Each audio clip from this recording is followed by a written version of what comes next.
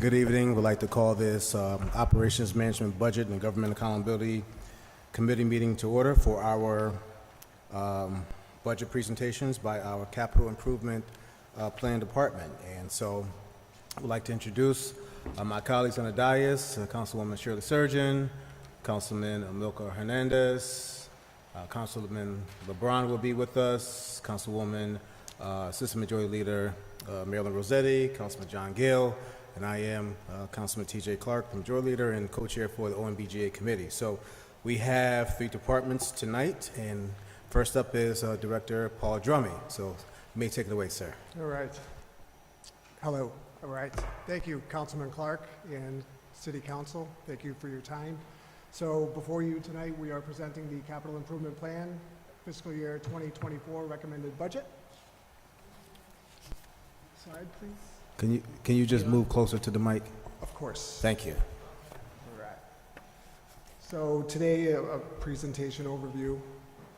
Council, we're going to go through some introductions and definitions, fiscal year 2023 CIP updates, an overview of the fiscal year 2024 recommended CIP, an alignment and summary tables, and we'll finish off with what's next. Next slide, please. I'm sorry, back one more? All right, thank you. So with me tonight, I have the pleasure of having Director of Sustainability, Cecilia Drayton, to my left. I have the Director of Office Management and Budgets, Julian Freund, to my right. And to my far right is Corey Mills, our Performance Manager. Proud to have them by my side. Next slide, please. So what's a capital asset, tangible and intangible? Tangible being facilities, infrastructure, our roads, parks, schools, so on. Intangible being computer software and technology solutions.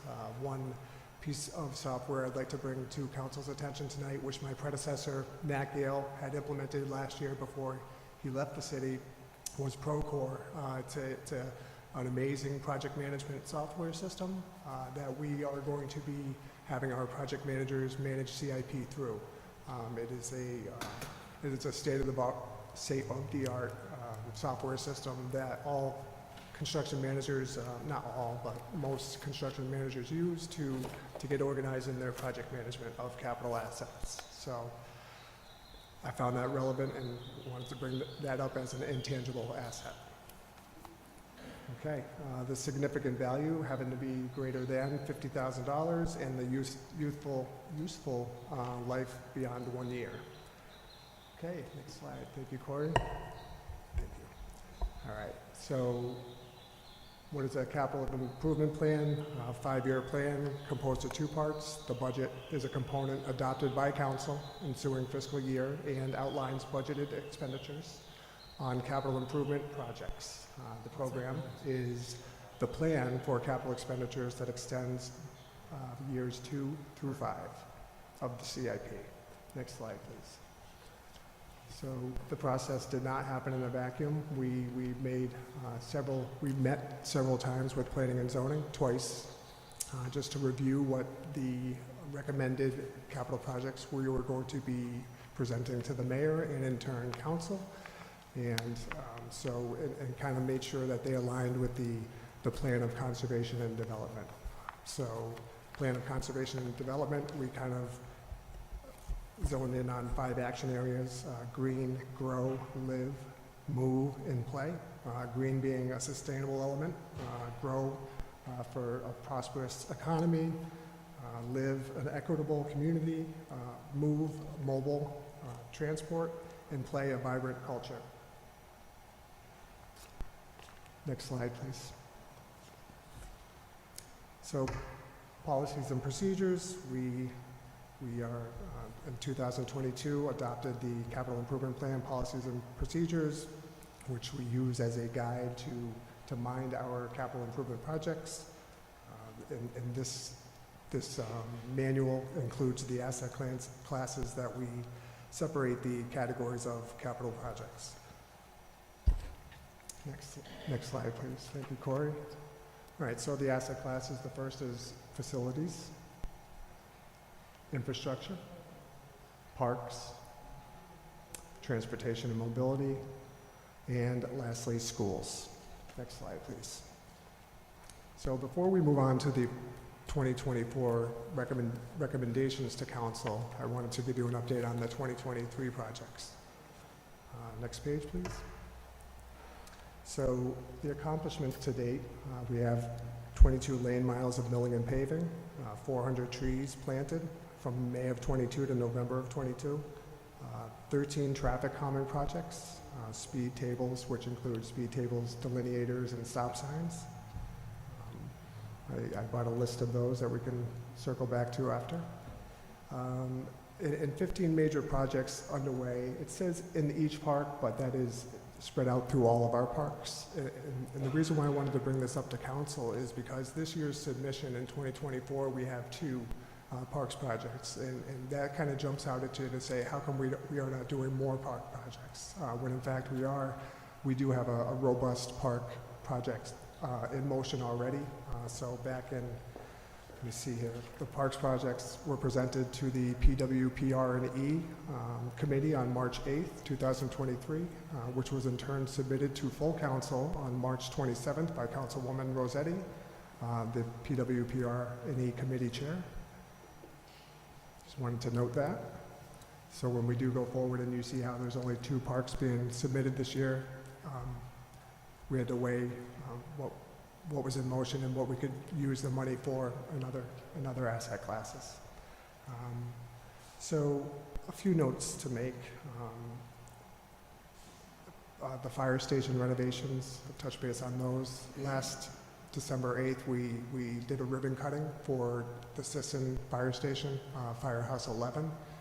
The mayor was there, the news was there as well. So that was our premier project to kind of get in a rhythm of taking these old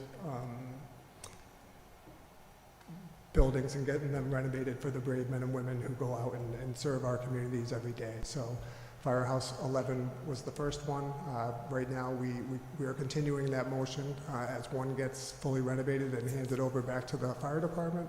We have plans to do the next one. The next one being Asylum Hill Station number 5, engine number 5. Right now that's in design, and part of this year's submission is for the remainder of construction. Okay. And then a brief note, after Firehouse 5, we plan on doing the same thing repeatedly. The first year we'll do design and a little bit of construction, and the second year we'll do the rest of the renovate as new construction. And the next one in line after 5 is engine number 9 on 655 New Britain Avenue. Okay. So continued areas of focus before we switch the slide here is the limits on pay-go. So we have a certain amount of money that we need to make sure that we take care of all of our assets in the most responsible way, and it's difficult at times. So we are not going out to bond. So we have to manage what we have between grants and CIP funds and do it responsibly. So those are that's a major continued area of focus.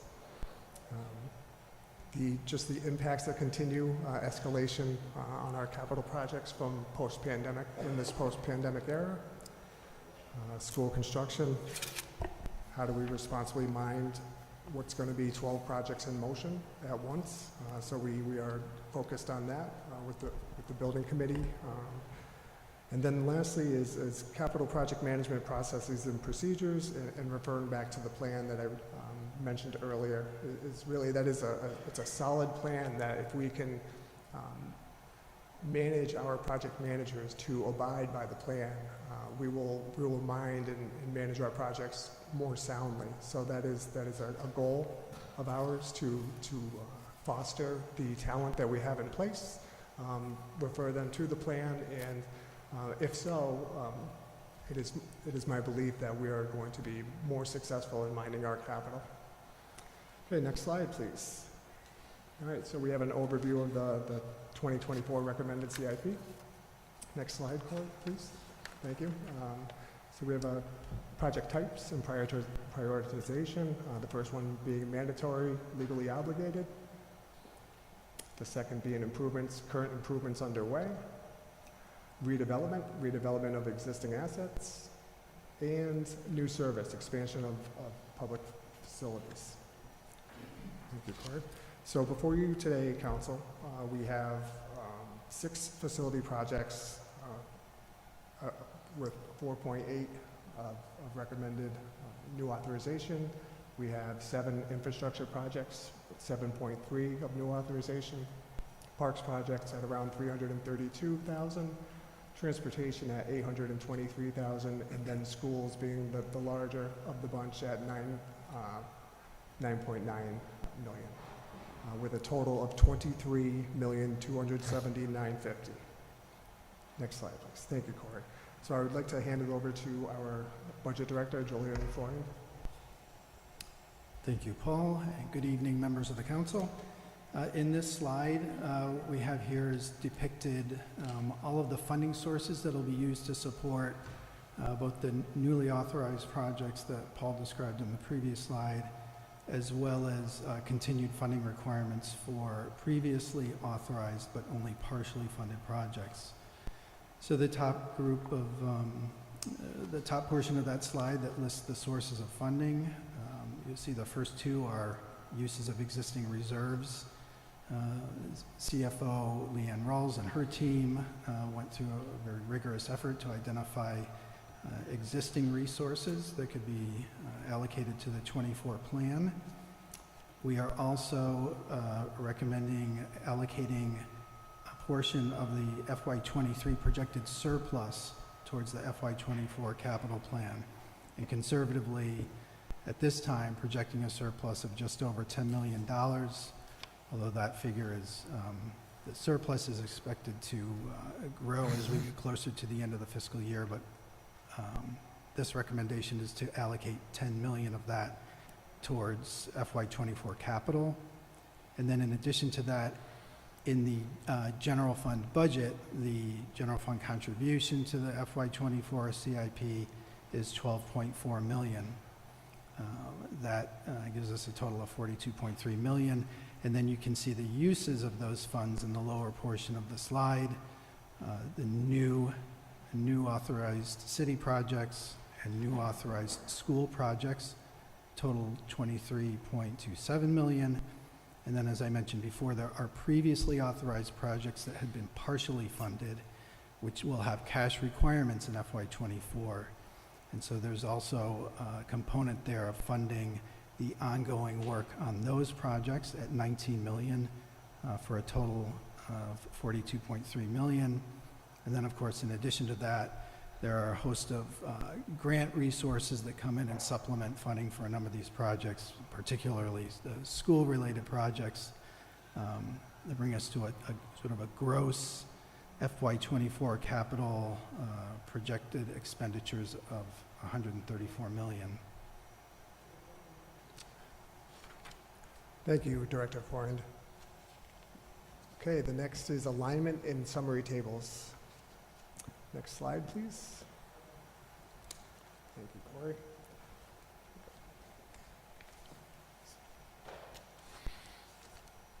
So as I mentioned earlier with the POCD alignment, we took these requested projects and broke them into the 5 categories you see before you. 7 of those projects being green, 3 being grow, 9 being live, 5 in the move category, and then the 2 parks projects are in the play category. Next slide, please. Thank you, Corey. Out of those projects, we put a dollar amount to those projects and carried it into the slide. You know, the 7 green projects totaling about $3.33 million. The 3 grow projects totaling around $4.4 million, rounded up. Next is the live, where the schools lay. The breakdown on that is 4.3 for on the muni side and 9.8 on the school side, which is how I should have had that slide read, but just it's a little confusing. So it's 14.1 minus BOE is 4.3 left for muni. So again, 9.8 for schools and 4.3 for municipal facilities. Municipal capital, thank you. All right, next slide, thank you, Corey. So the highlight for facilities is, again, Firehouse 5. So this is a project I'm proud of. So a little history, I started with the city back in 21, October 21 with DPW as the assistant to Mike Looney, Director of Public Works for facilities and energy. During that period of time, I took my background in capital management. 8 years before that, I was with the Capital Region Education Council, and I'm very familiar with minding capital projects. So I took my abilities and skills and worked with the amazing team that DPW has and kind of took this project as my project of how we, the city of Hartford, should be minding our capital projects. And in doing so, we reached out to a consultant to do a facilities assessment of this building. We had them do a professional cost estimate.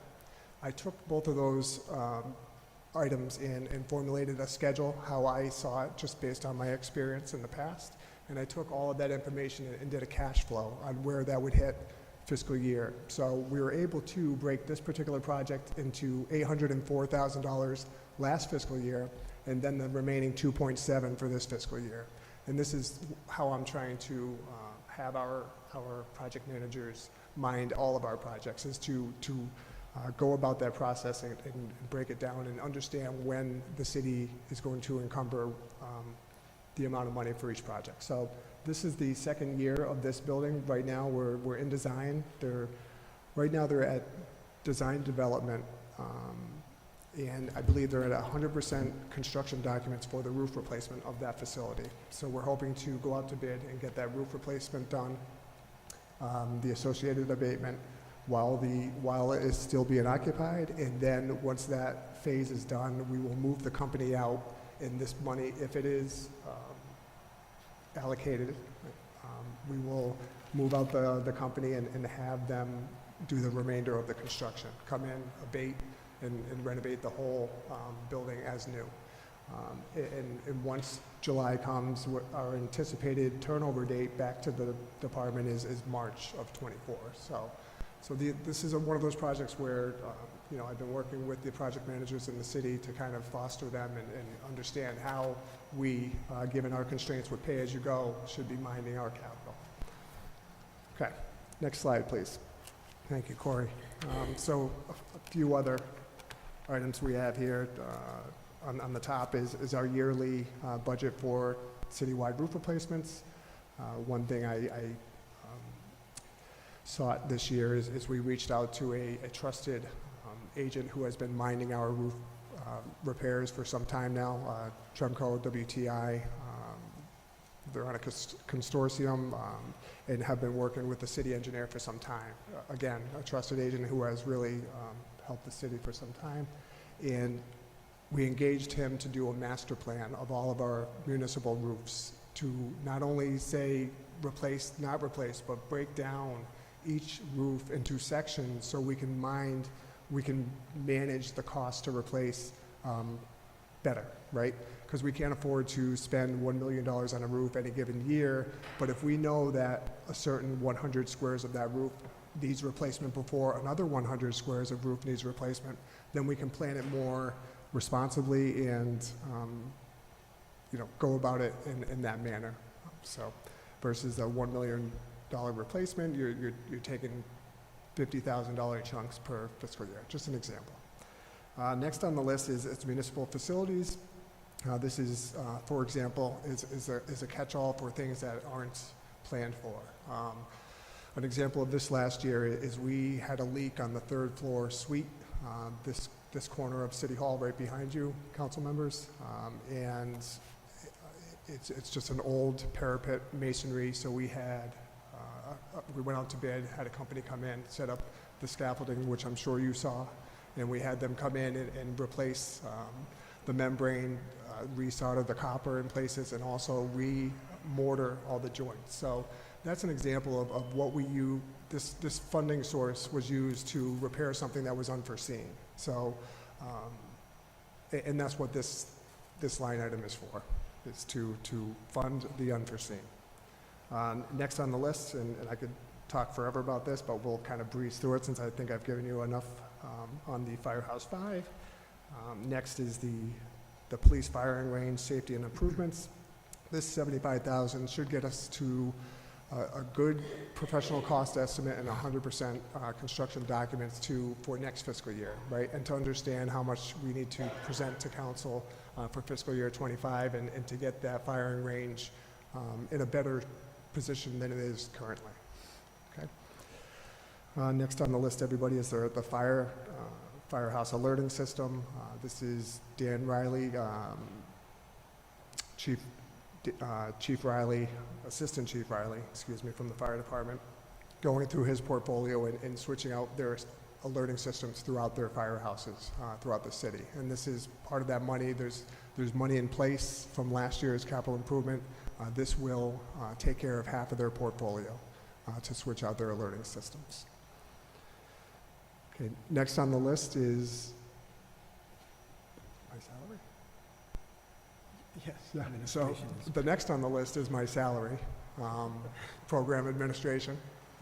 It's all general fund, so we're funding CIP off of general fund, so it makes sense. I mind the capital, so that is my salary.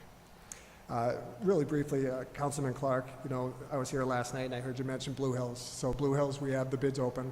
We've scope reviewed lowest qualified. I don't have the exact number for you at this moment, but can certainly send council an email on what that number is. But another example of how I'm empowering our staff to push back on these consultants and, not only the contractors bidding on our work, but also the consultants that design our work, because we are the owner.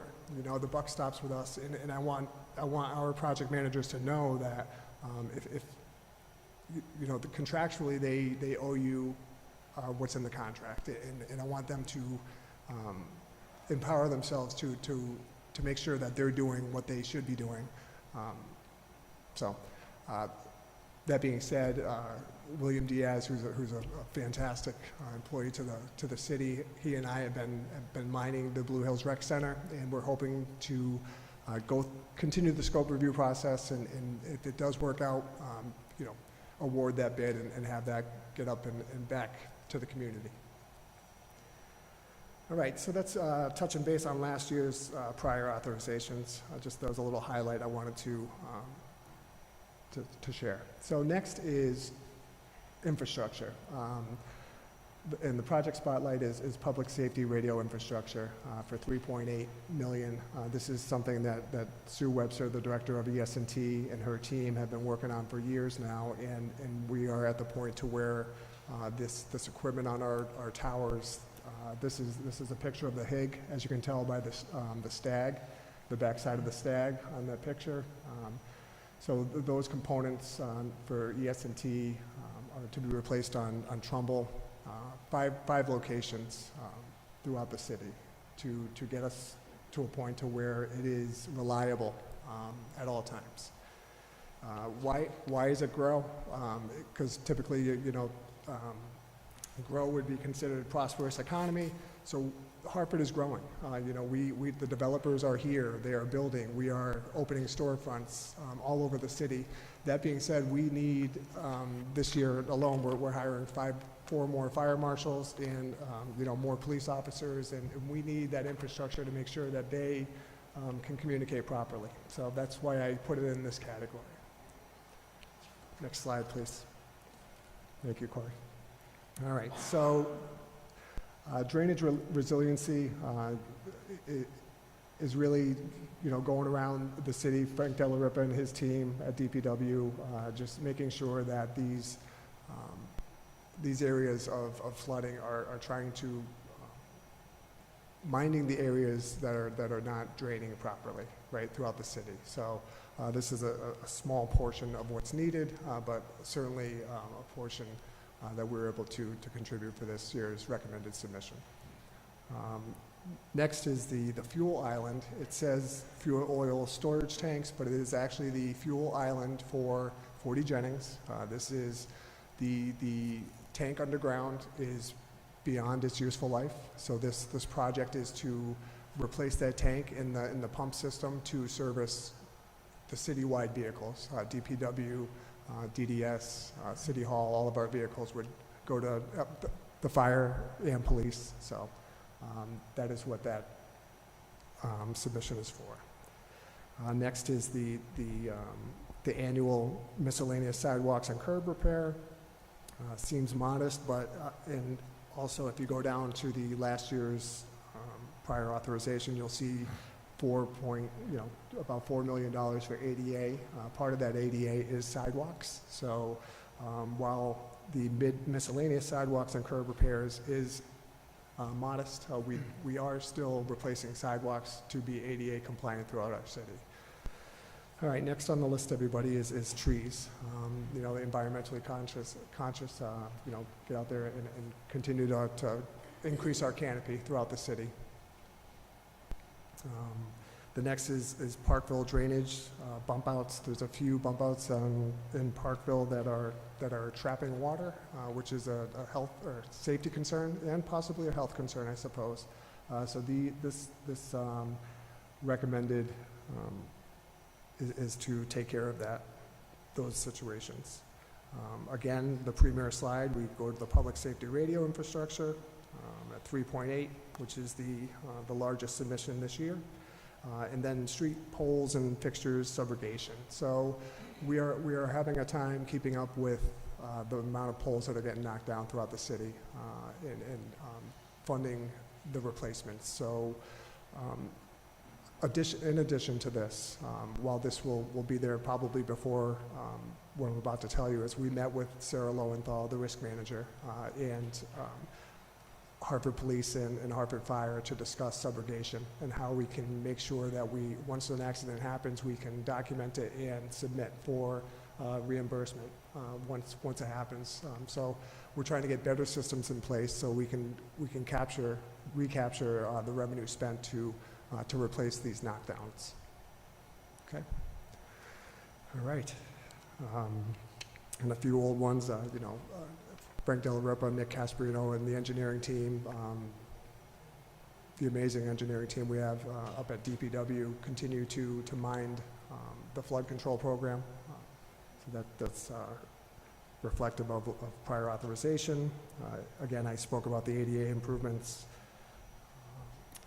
Next slide, please. Thank you, Corey. All right, so Riverwalk and bike path improvements for 120.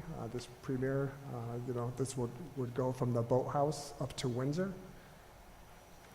Next slide, please.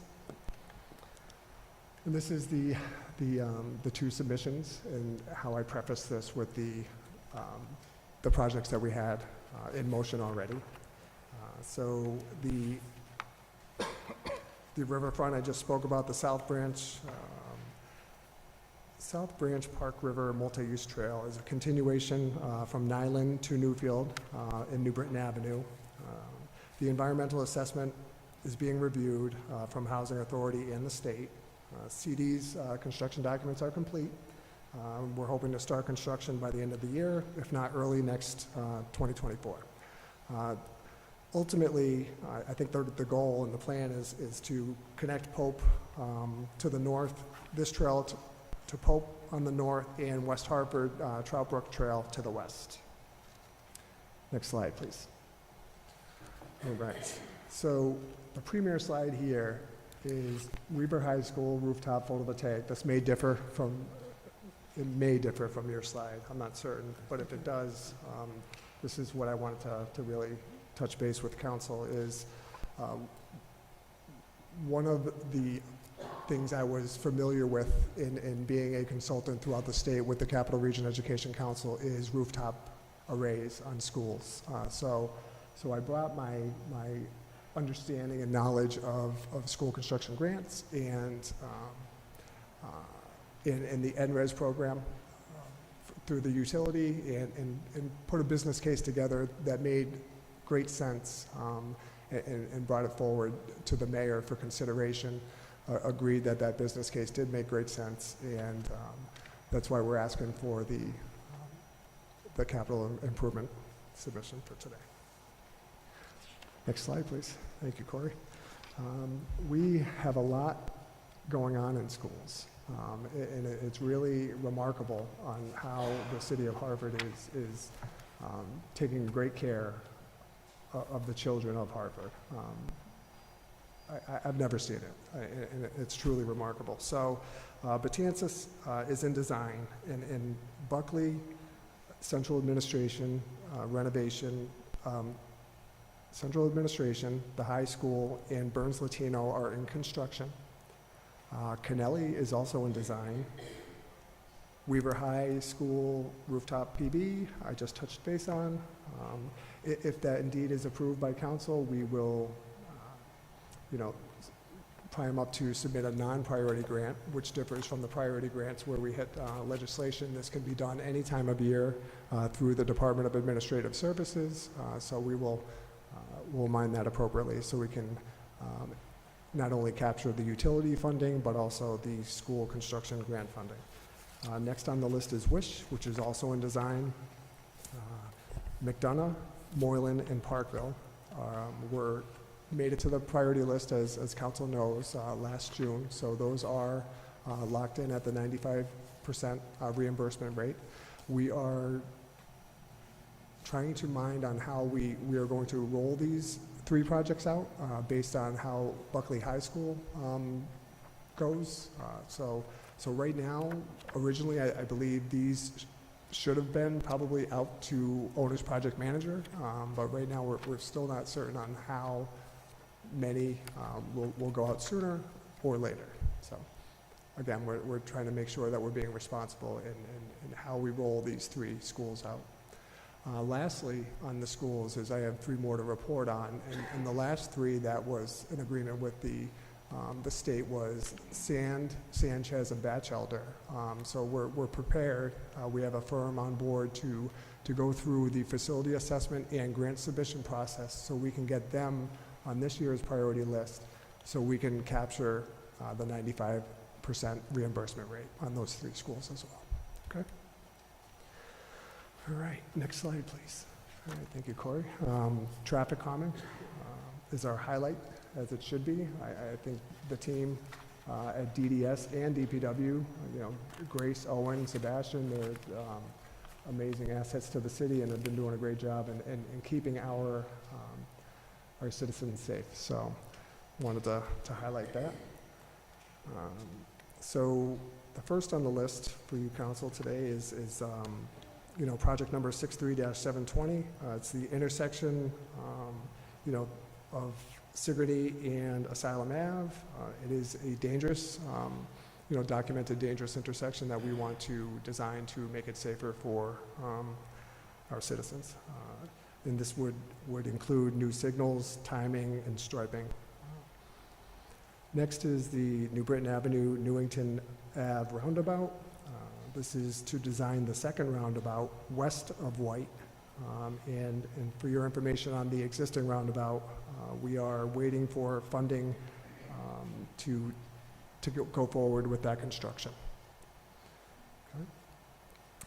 Traffic calming we touched base on, and lastly for this year, council, is signal upgrade and citywide timing improvements. This is our portion of a considerable grant from WATSIP, 3.3 million, and this is our portion which we will use for design and show that we are committed to the project. And my understanding is we've already been awarded the money.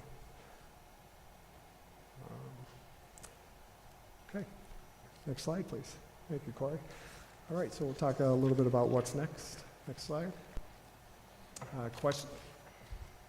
Questions and discussions today will be incorporated into the adopted budget. Provide follow-up answers to any question council can have and that I cannot answer today. And during the fiscal year 2024, continue to develop policies and procedures like I had mentioned earlier. How can we be better? Thank you for your time. I appreciate you all. Thank you, Director Drummy, for your very detailed and thorough presentation. I'll just start off with some questions that I have. Sure. Going back to the slide 27 regarding the asset class for presentation. Slide 27. I've been very interested over the last 3 budget years regarding traffic calming in our city and allocations. Do you happen to know what specific area, streets outside of the first 2 line items where traffic calming is going to be implemented, or at least constructed? Councilman, I don't have that answer for you now. I can read you off what was done in 23 up to date. Okay, and should I save my questions for Director Looney when DPW comes? I'm happy to facilitate, Councilman. Okay. 100%. Well, you can give me what you have. I'm sorry?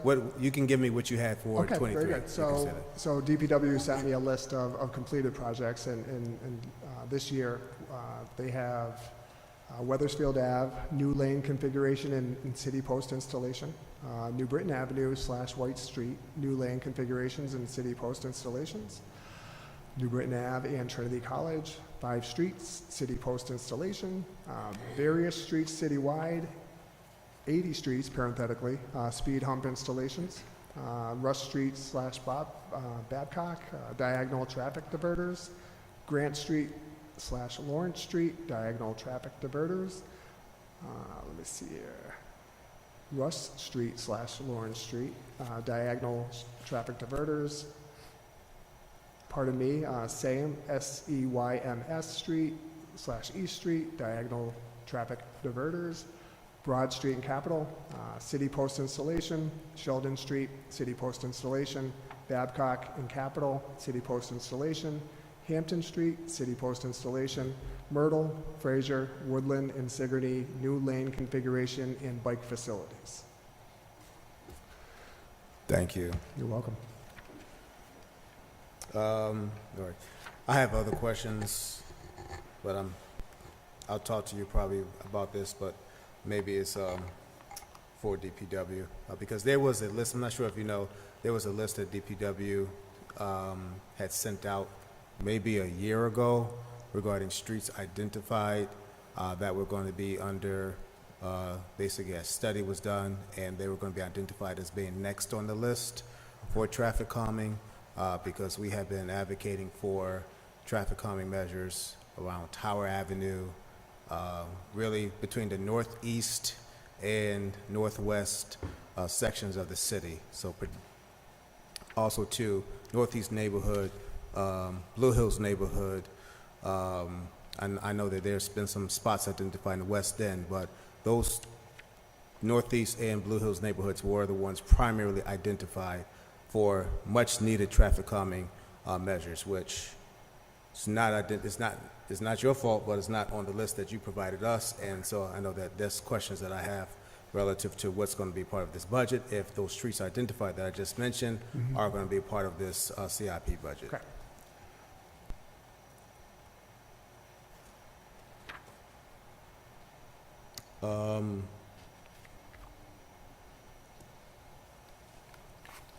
Also regarding traffic calming, are any of the schools part of it as well?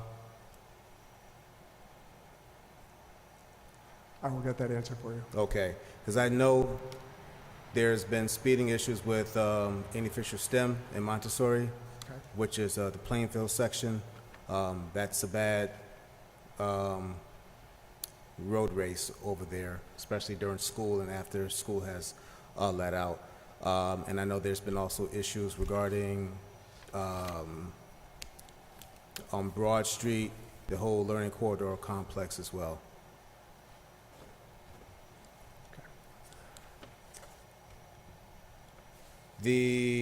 On slide 21, I'm assuming regarding the flood control in this budget, the city flood control deals with the dikes and levees. I'm sorry, Councilman, I didn't hear that. The city flood control and that line item, that's dealing with dikes and levees? That's the Yes. routine maintenance, okay. The drainage resiliency, the first line item, Yes. Only 250,000 is allocated. And I'm sorry if I missed this, is there additional monies that the city's looking to receive for that, or this is just like the seed money I for believe drainage? it's the latter, Councilman, but I will get that answer for you. Okay. Also interested in if that part of the drainage resiliency does any type of dredging, is that allocated within that 250 or more of an overall plan?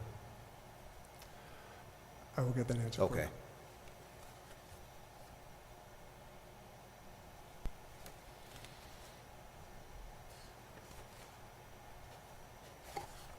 All right, I am done for now. Any of my colleagues? Oh, everybody has their hand raised. Councilwoman Rossetti. Thank you. Good evening, Good evening. Mr. Drayton, Mr. Drummy, Front, Mr. Mills, how are you? I'm gonna start from 19 on. Okay. Citywide roof replacement, you know, a total of 1.7. I mean, this is probably a hard question. What's an average roof? What an average, there are flat roof replacements or different types of roofs? What's an average cost? So what is that gonna get us over a 5-year period?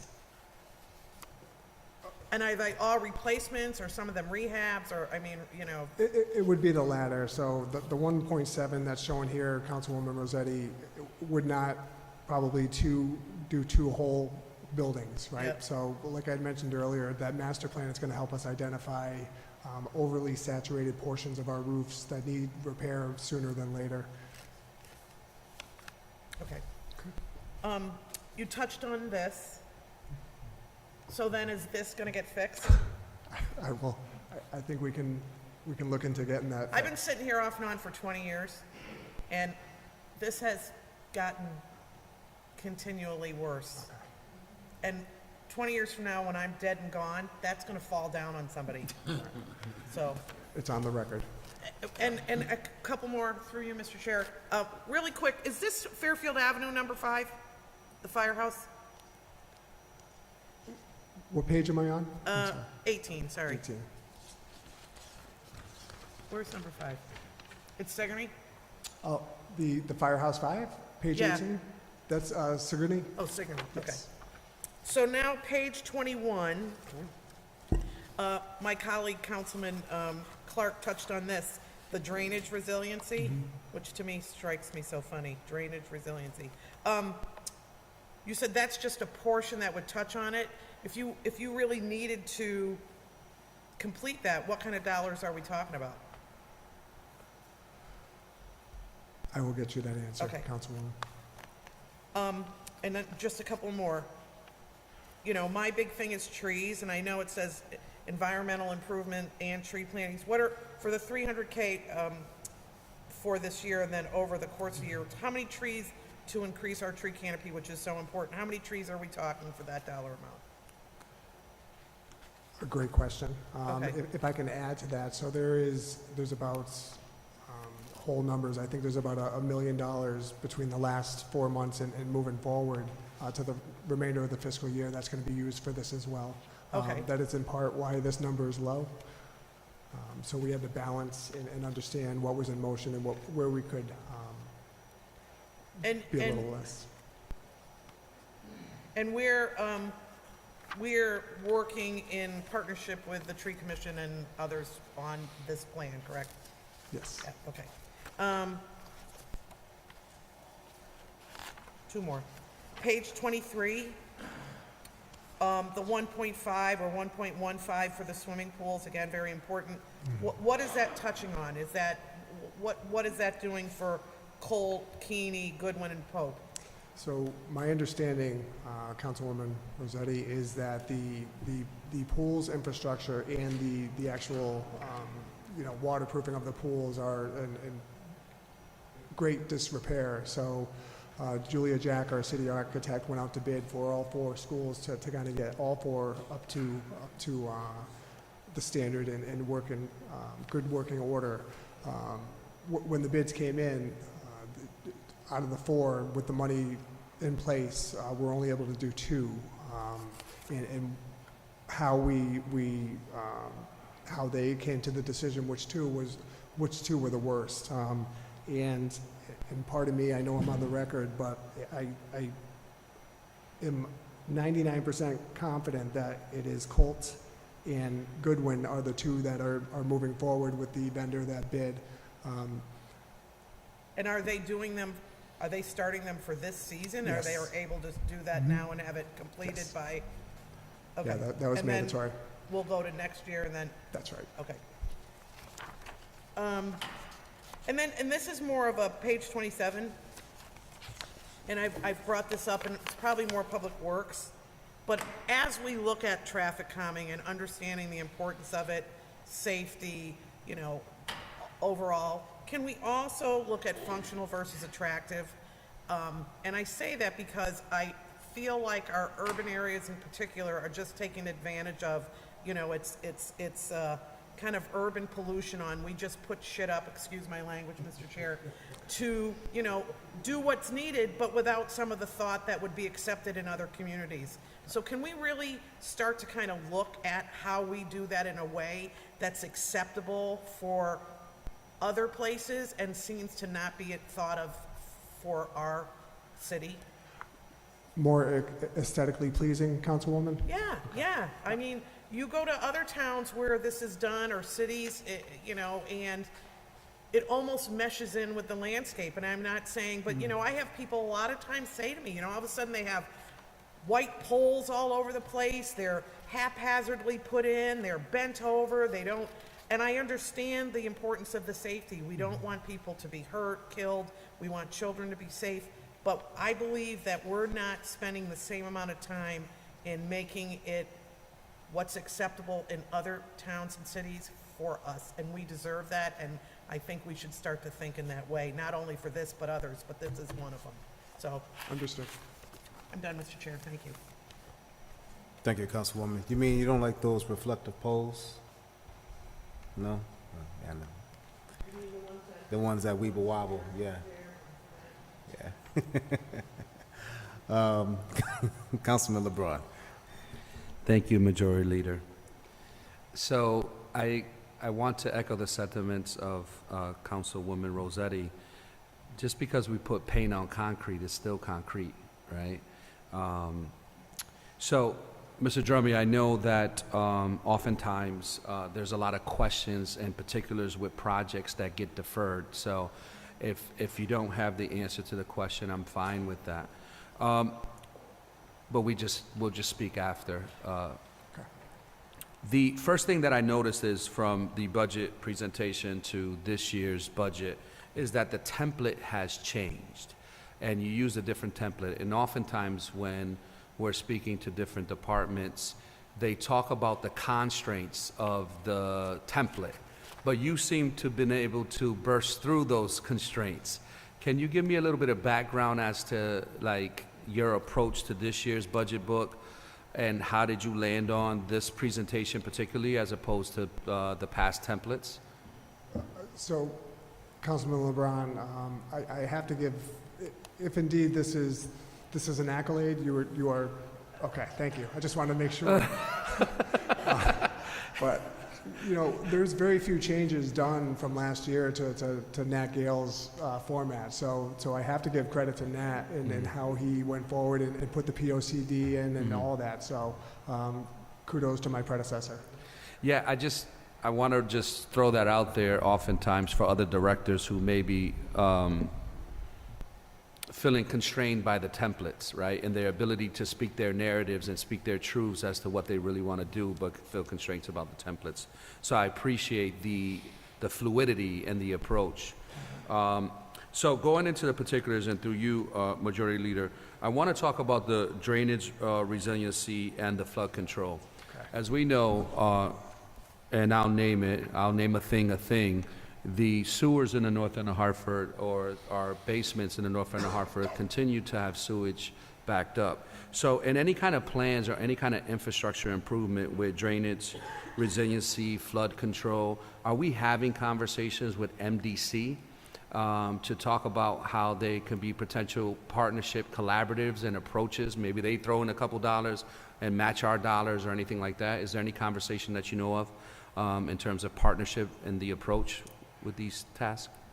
So Councilman LeBron, having attended a mouth block watch meeting and listening to the amazing volunteers for the community engaging is all I know of the engagement between the MDC at this point.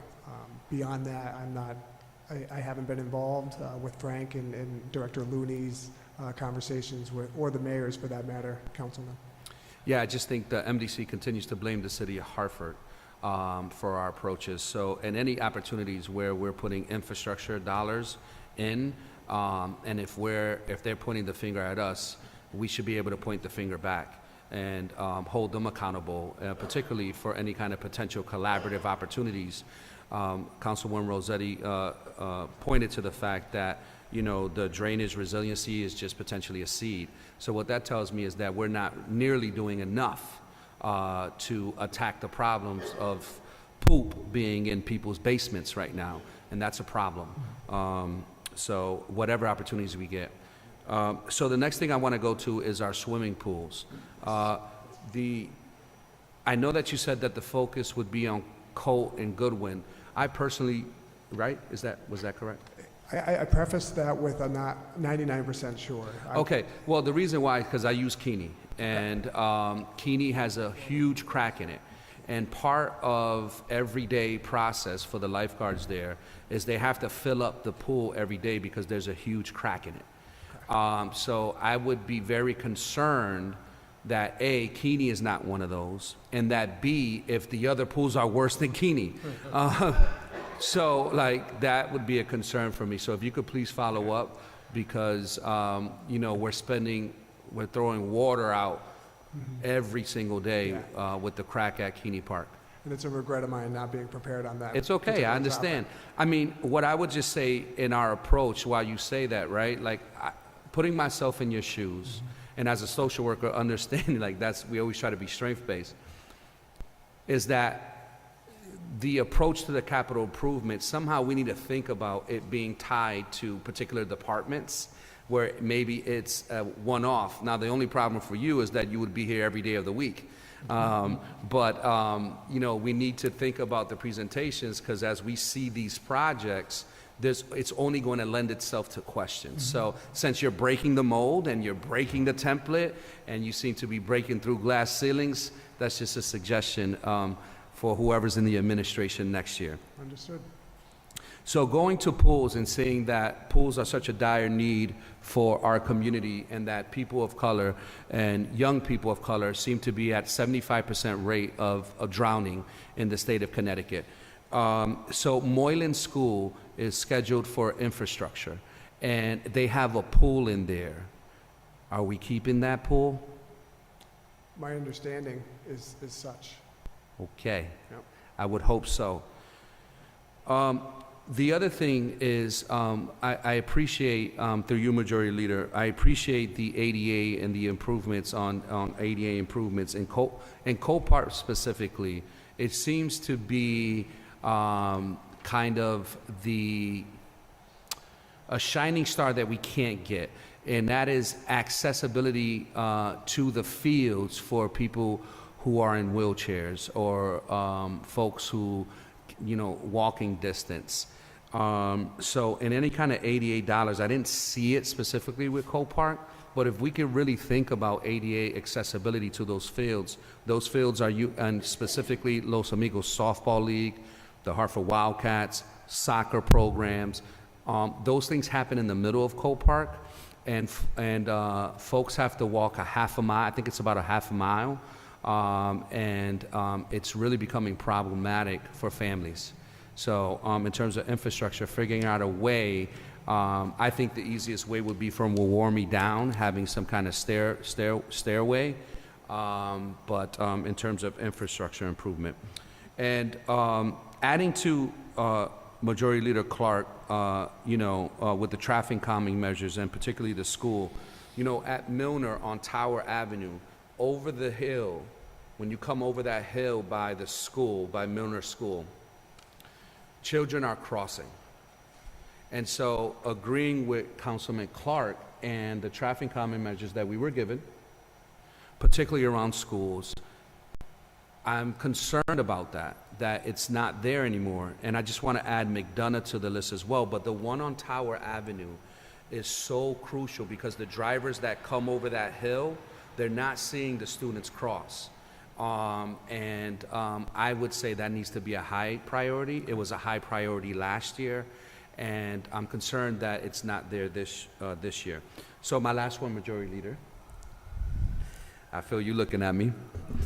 All right, so in the picture on 3331, there's a picture of accident reduction, Sigourney Street and Asylum Avenue.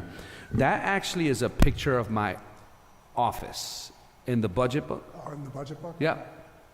3331. So you don't have to look at the picture, it's a small picture. I just wanted to shout out my office. You can see my plants in the, no, you can't see them, but I'm just saying. But the reason why I'm bringing that up is that I live in the Asylum neighborhood and I work there. So I live and work particularly around that intersection. And yet it says here that it has a history of vehicular accidents. And I would say I've never seen an accident there.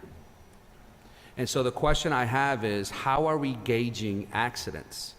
Like, where is this measurement? What is the data behind this?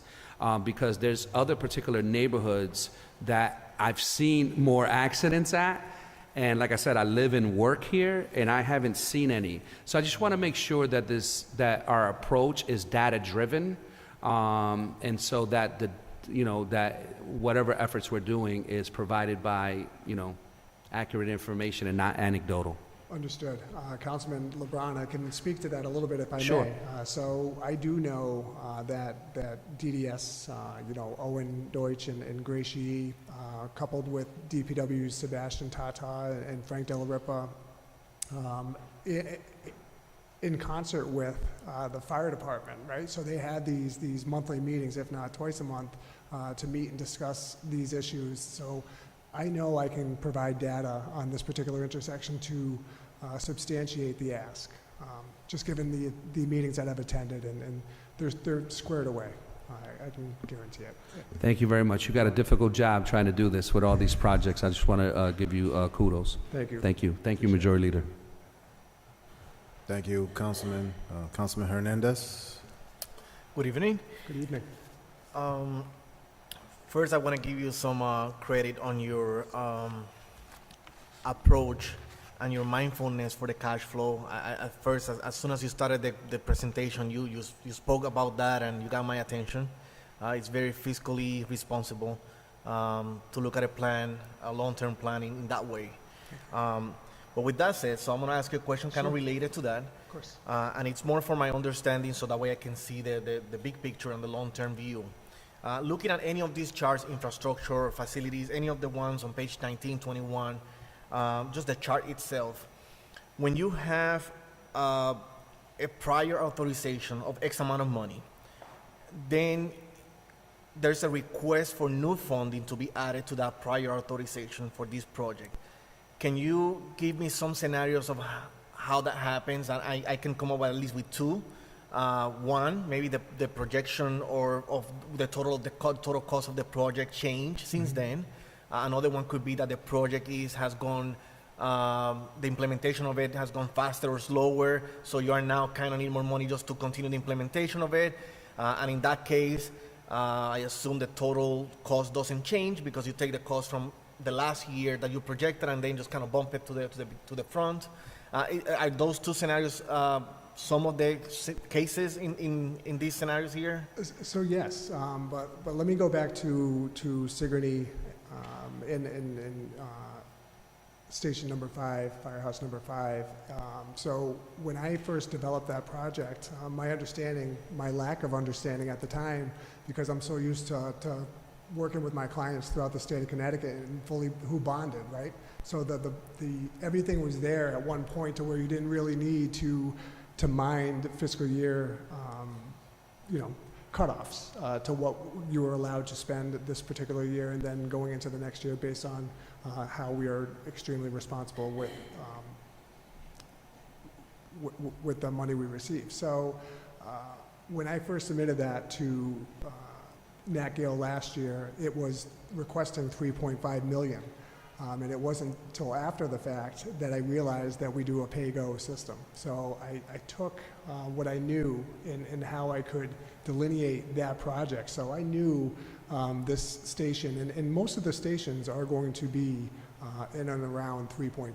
So I think going forward, if you see Station 9's next, 16's after that, we can really use that as a baseline as a comfortable budget to have these facilities renovated for the brave men and women that serve us. So that's one case to why I had to split that up and why we did prior authorization and needed more. But there's also cases to where, especially in the pandemic era, post-pandemic era even, with escalation, that there are costs that are so what we're not used to, Councilman, that we needed to capture more funding to make the project work. So both scenarios are true.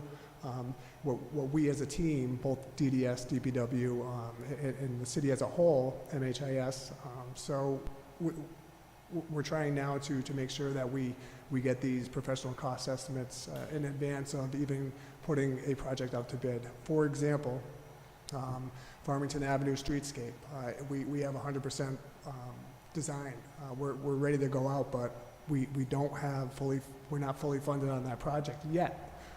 And it's not a good time to go out to bid because we would just be paying premium pricing this time of year. So the recommendation is to always wait till the fall and have them line up the work for the following year.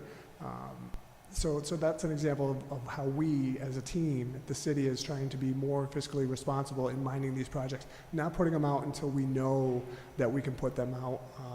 And we're excited about Farmington Avenue streetscape because it's going to do what it did to Albany, in filling those storefronts. And we look forward to Councilman Gale's neighborhood getting revitalized and energized. So there's three different examples, I suppose, Councilman. I hope that I answered your question, and if not, I'm happy to elaborate.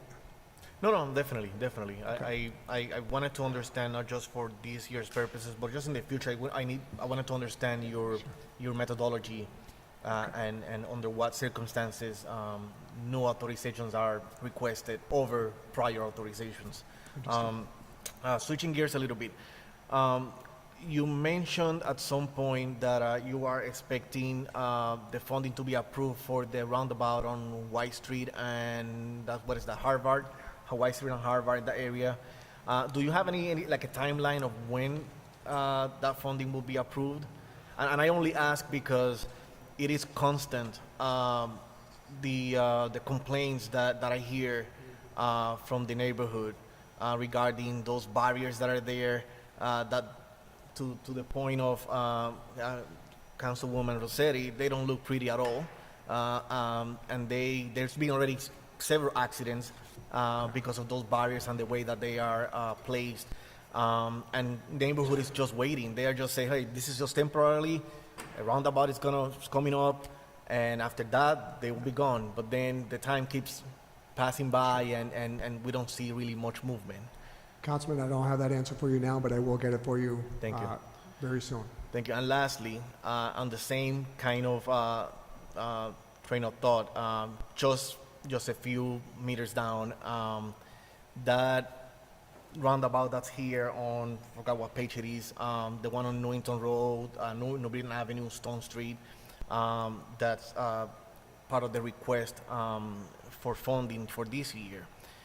There's been about 52 accidents on that intersection in a calendar year, at least in 12 months. I can't remember the period exactly, but in 12 months. So I calculated that to be almost 4.5, accidents per month. And this is data that we got from, I don't know if it was the police department or some other department. That intersection is extremely dangerous, especially because of the way that the signage was done on the street, on Stone Street, where now the right lane is the one that has to go straight and the left lane is the one that has to go left only. So the left lane, which is the main lane for most people coming on Stone Street, which is a one lane turning into two, now they are basically going straight instead of left turn only, and it's causing a lot of accidents. That may or may not be under your purview, but I did wanted to, bring it up that that is an intersection that, to Councilman LeBron's point, that there are other areas of the city that the data shows that they have more urgency in its, by the nature of the accidents and as such. Okay. Thank you, Councilman. Thank you. Councilwoman Surgeon?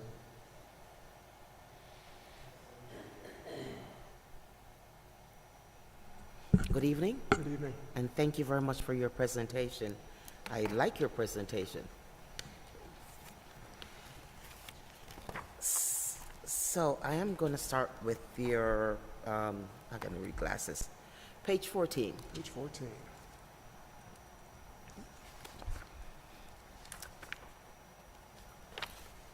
So I see our budget person said we need about 19 million in cash to fund these projects.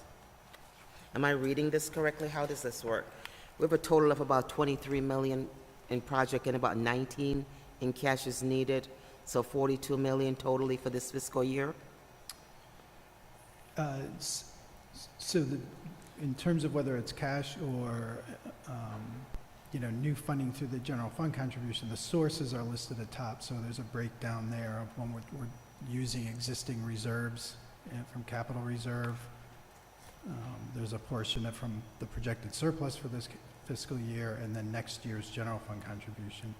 The $19 million that's listed under the uses is the amount of the total projected expenditure that's to fund previously authorized projects that were not fully funded. It's a previously authorized project, but it's not fully funded. Correct. Okay. Because we're in this pay-as-you-go situation. Right.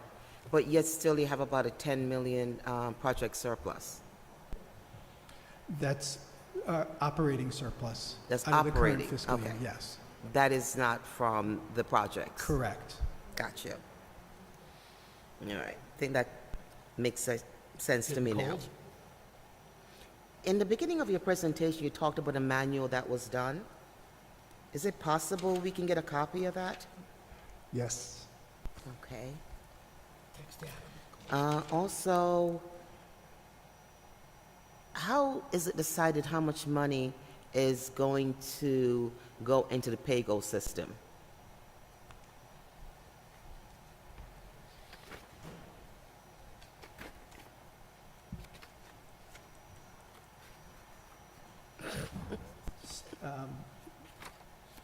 It's I mean, do you have a function of- formula I mean, for that? There I are a mean- lot of moving parts there.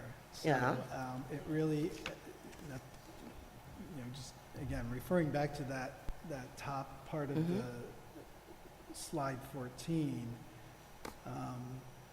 we try to determine what the capacity is to take on capital expenditures. And so it really is kind of stepping through the various sources and what's available. So I mentioned earlier that the finance department went through a process of looking at our existing reserves and what might be available through, completed projects that could be closed out and things of that nature. Interest earnings on the capital fund, that's one source.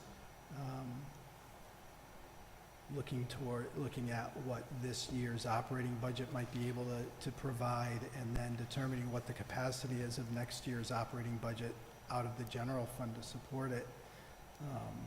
That's really the process. It's just sort of The figuring reason out why I what that capacity ask is at the P&Z Commission meeting, you did a presentation of what the, projected or what the capital budget, and it certainly is a little bit less or more than what you end up putting in the budget. So that's why I was trying to, figure out how do you decide, after meeting with the mayor and the team, you cut a little bit here or there.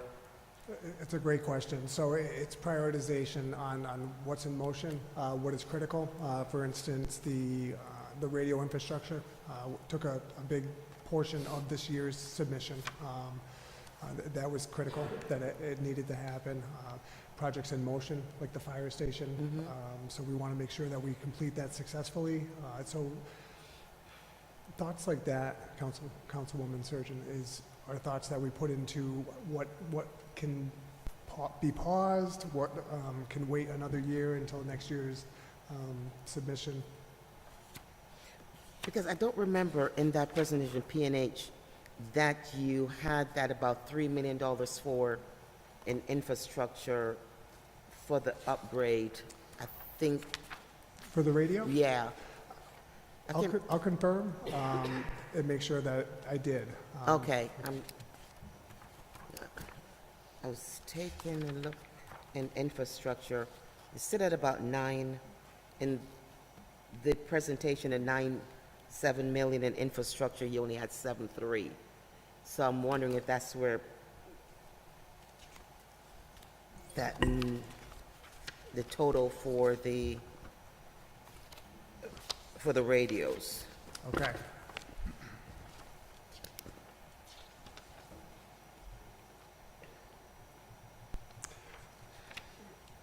Councilwoman Surgeon, did you note the sum from the P and Z? Yeah, the 33,850,000. No, what page? That's right, it was, yeah, which made sense because we cut considerably. And your question to me is, was the radio infrastructure on that original Yeah, presentation? because when I looked at the infrastructure, what you had presented at planning and zoning, and I compared that presentation Okay. to the actual, budget, and then I'm trying to find my pages. If I had that 3,000,008 there in the presentation from the Planning and Zoning Commission, or was it added after, you met with the administration? Yeah, there's been so many iterations, Councilwoman, that I Okay. can't say that definitively right now, but certainly can answer that for you. Yeah. And I see, I was really excited in your presentation for the planning and zoning, because there was like 600,000 for sidewalks, and you cut it. Yes, and the reason, so these tough decisions and part of the thought process is what was already in motion, right? So we have the ADA, the 4 million that's, I think 2.5 we just signed for a contractor to start replacing our sidewalks. So I knew that is taking care of some of our sidewalks. So that went into the decision-making process when it came to reducing that amount. So you moved that to the ADA. Not necessarily. I knew that the ADA was very similar in nature to the repairs, the sidewalk repairs, because part of the ADA contracts that are going out are sidewalk repairs to make sure that we're ADA compliant. So both line items are fixing our sidewalks. I think in the past, you guys normally put about 300,000 for sidewalks and repairs, so I think we got a little extra 50,000 this year. Okay. This is more than last year? I think so, if I remember looking back.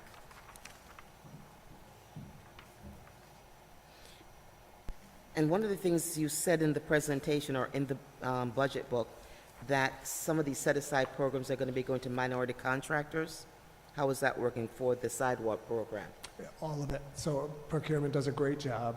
Sue Shepherd and her team, Michelle Harrison, making sure that anybody who is awarded the contract is complying with our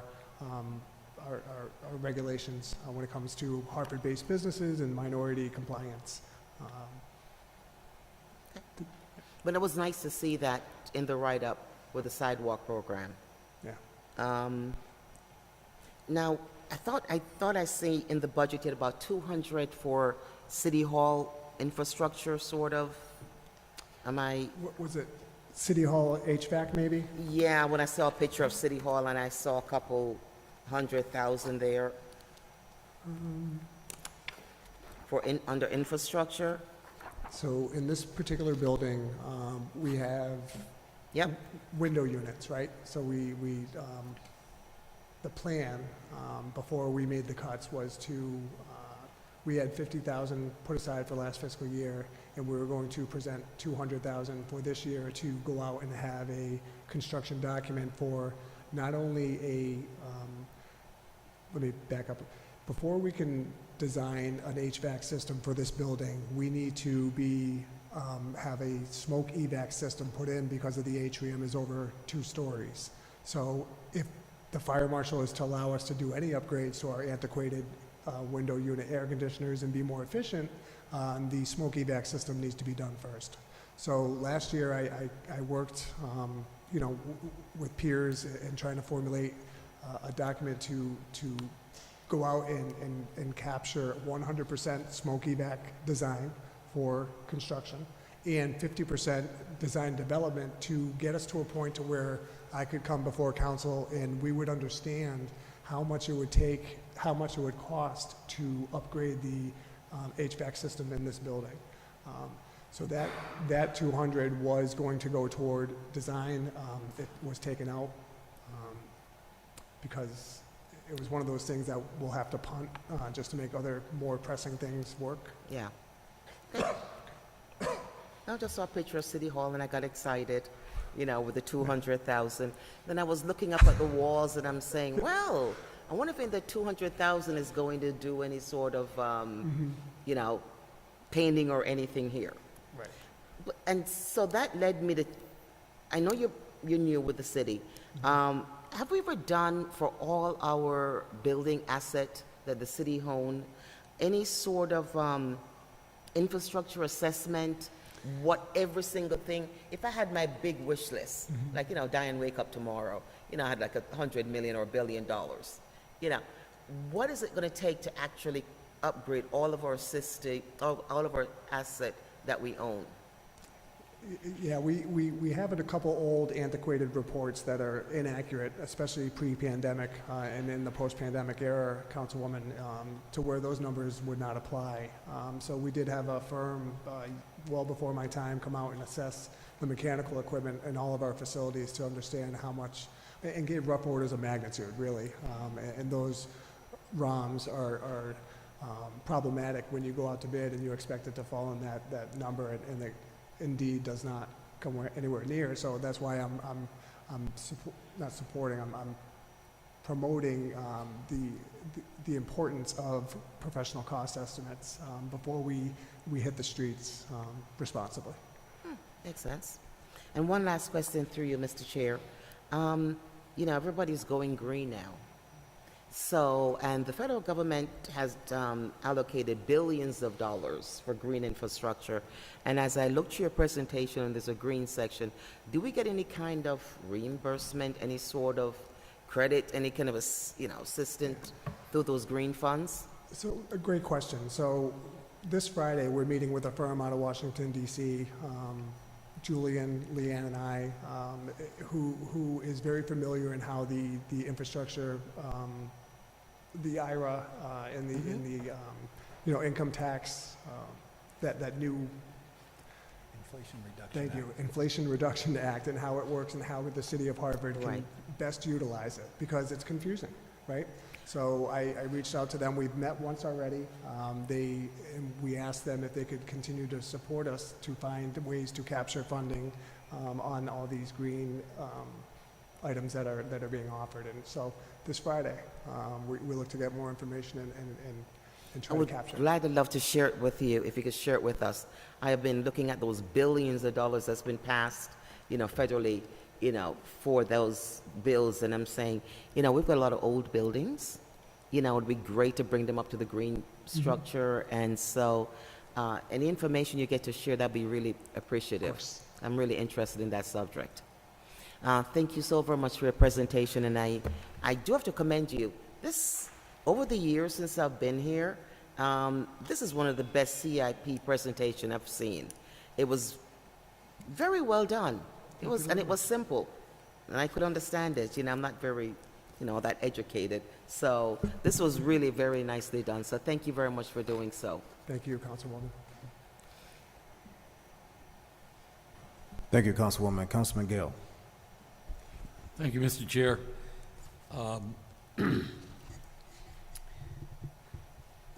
I want to just go back and emphasize something that you said at the very beginning, and that is that this capital improvements budget is relying on no borrowing. And that's a key factor, and I'm mentioning it again to the extent that there's public that's listening, that people understand. And I know the mayor mentioned it in his State of the City, that this is the 8th budget, I believe, 8th budget of the mayor's, and I know Councilman Clark and I, it's our 8th budget, and for others less, but none of those budgets have had any borrowing in them.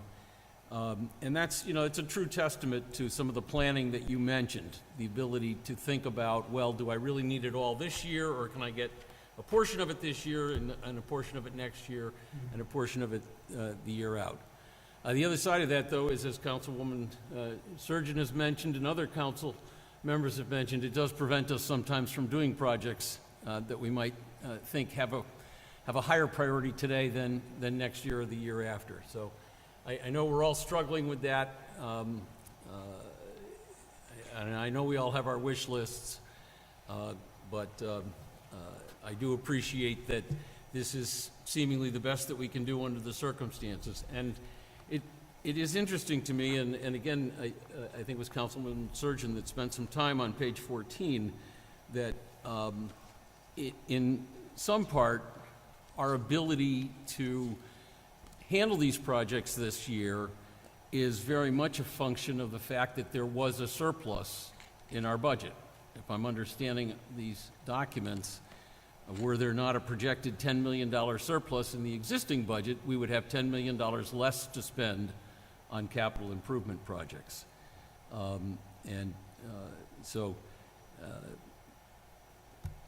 it's a happy day, I guess, that our departments didn't quite spend all of their budgeted money, but it also does indicate the precariousness to some degree of our ability to move forward with some of these capital improvement projects. So in any event, I just wanted to ask a couple of questions about certain things so that I understand whether they're in there or not in there. I know we had some discussion with Director Mooney about street signs, the fact that there are so many streets in Hartford that no longer are identifiable with a sign, and I thought he said that there was going to be a project for going around the city and redoing all of the street signs. Is that in here? I don't believe so, Councilman, but I'll get that answer for you on whether Mike and his team have it in motion.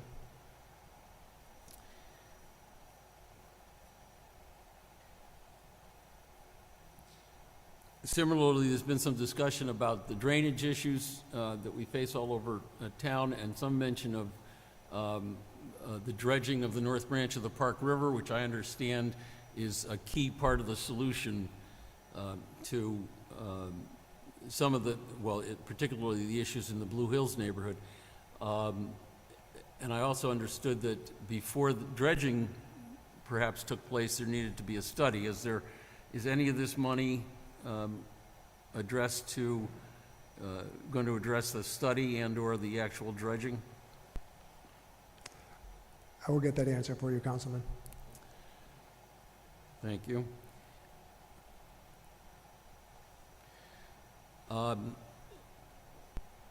Another project that's come before council, and I'm just asking where, if you know where that project might be. We had a very lovely presentation on reimagining Main Street, although I think the price tag was around $9 million, if I'm not mistaken. So, question is, where is reimagining Main Street as we sit here today? I know I've heard that there's going to be some repaving on Main Street and some restriping on Main Street, so I don't know if we're moving incrementally towards doing that. We would like to have that answer. Right. Councilman, I believe I can answer a portion of that, just based on my conversations with my colleagues throughout the city, is Phase 1 design from the, my goodness, I shouldn't have started speaking and told you I was going to get back to you. I believe up to Charter Oak down to a certain portion, and then Phase 2 was from Charter Oak up to City Hall. So I am going to get back to you on a more professional answer at a later date, because I cannot answer that right now. One thing I do know is North Main Street is fully designed. We have that on the shelf. We resubmitted for a raise grant opportunity, and we're waiting to hear back on whether we will receive federal funding to help assist in doing North Main Street from the line up to Capon. All right, thank you. I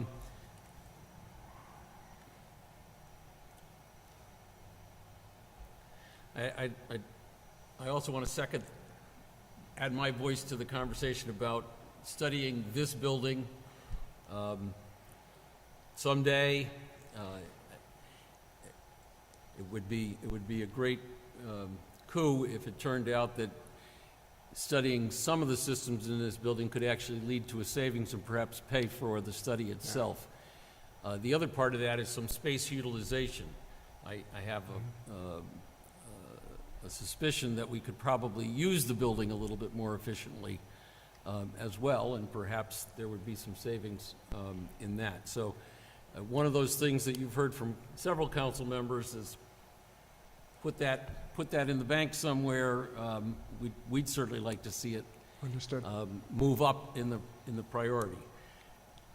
Lastly, I just want to mention a couple of things that I've seen elsewhere that we should start to think about as we move into the future. I recently traveled this weekend outside of Connecticut and saw multiple parking lots that had solar panel canopies. And I'm talking fairly large parking lots where every single parking space had a canopy, and the top of the canopy was a solar array. So it seemed like an idea whose time is certainly getting pretty close. The other thing is, along with that, the installation of EV stations. I don't know to what extent there'll be federal money coming for that, but I certainly think we don't want to find ourselves the last ones to the game and not be able to accommodate all the electric vehicles that are going to be floating around, or hopefully floating around pretty soon. And that's it. Thank you.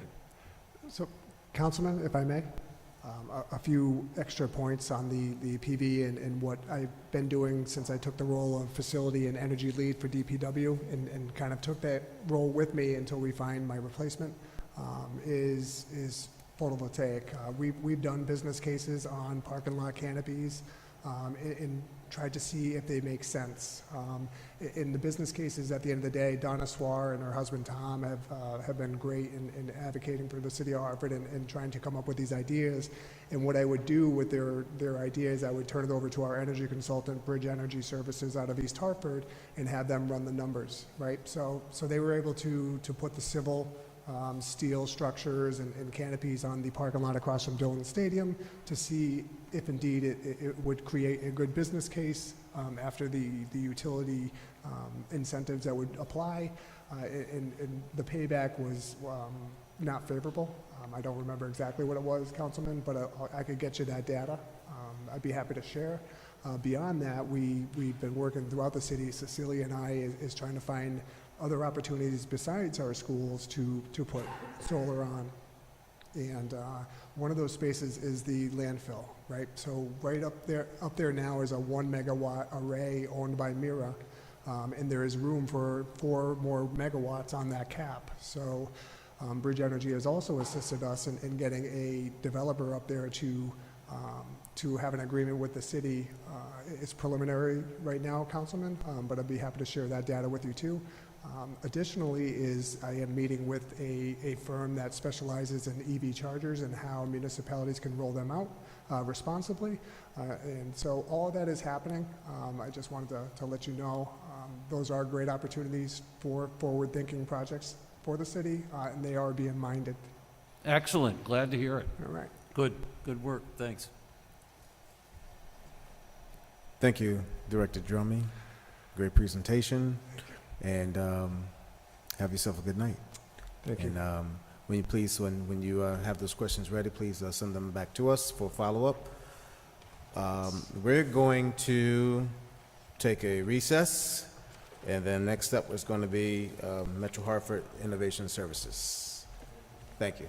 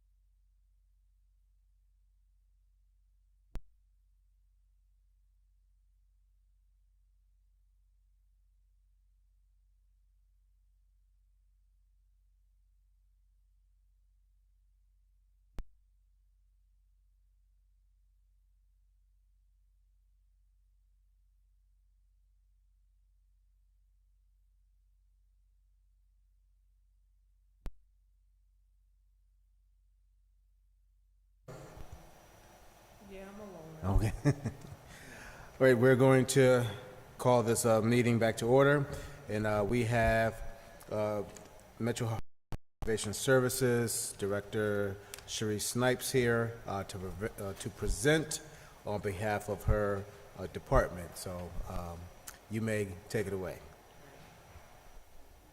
Can you hear me? All right. Now? Oh, yeah. All right. Thank you, Majority Leader Clark and City Council. Before I begin my budget hearing presentation, I would like to first thank Mayor Bronin and Thea Montanez for their support over the past 6 years, and to thank you, City Council, for your support over the past 6 years as well. With that being said, I would also like to thank my team, who's sitting behind me, for all of their hard work and dedication. They answer calls after hours and on weekends, even during their kids' sporting events. Within MHIS, we have built a good work culture. And because of that culture, we have accomplished so many things together that I will speak about during my presentation. Some of the staff in the department have generations of family that were born and raised in Hartford and attended Hartford public schools in both the South and North End. Their dedication and commitment are deep because of their family history here in Hartford. I just hope and wish the team will be supported by the next administration, just like they have been with the current. I will now begin my budget presentation. The MHIS mission is to provide effective, efficient, and collaborative IT services, solutions, and strategies in a timely and helpful manner that assist the city and schools in achieving their strategic goals.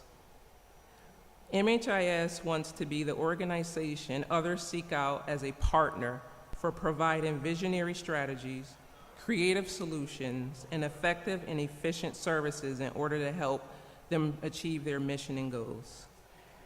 We operate under a culture of collaboration and partnership based on mutual respect, cooperation, knowledge sharing, and resource development within the department and across the organization. Next is our org chart. We have about 30 positions that are filled. We have 8 positions that need to be filled. 3 of those have to go through the union for approval because they are new positions that are not part of the current HMIA contract. Thanks. Some of the MHIS services, Metro Hartford Innovation Services, 2023 highlights for projects are the Acela Civic Platform. We are wrapping up Phase 2, which is scheduled to go live this Monday. Included in Phase 2 is Department of Development Services, Housing Code Enforcement. Planning and Zoning went live in November of 2022. Health and Human Services Code Enforcement will go live as well. Blight Remediation, bulky waste went live in January of this year, and DPW permitting will go live. We've had a 26% reduction in the city cyber insurance policy renewal costs due to the security controls MHIS put into place. We successfully completed a cybersecurity assessment conducted by the Connecticut Military Department, National Guard, and our score was low. The MHIS security team attended a technical security workshop this year, sponsored by the Cybersecurity Advisor, which is the government, for Connecticut Region 1, Cybersecurity Infrastructure Security Agent, CISA, which is a federal agency. Our team led the competition and came in first amongst other Connecticut city, towns, and districts. Another project that we are working on is city fiber work. One of those projects is relocating city fiber to bring internet service to Bushnell Park, improving the internet service at the Maple Ave Senior Center and Police Substation. We just finished work with the HPD radio site at Mount Sinai, fiber infrastructure to support the new radio communication. Cellular router project, where we put a test pilot of license plate readers in a radar pod that flashes lights if the speed is over the limit.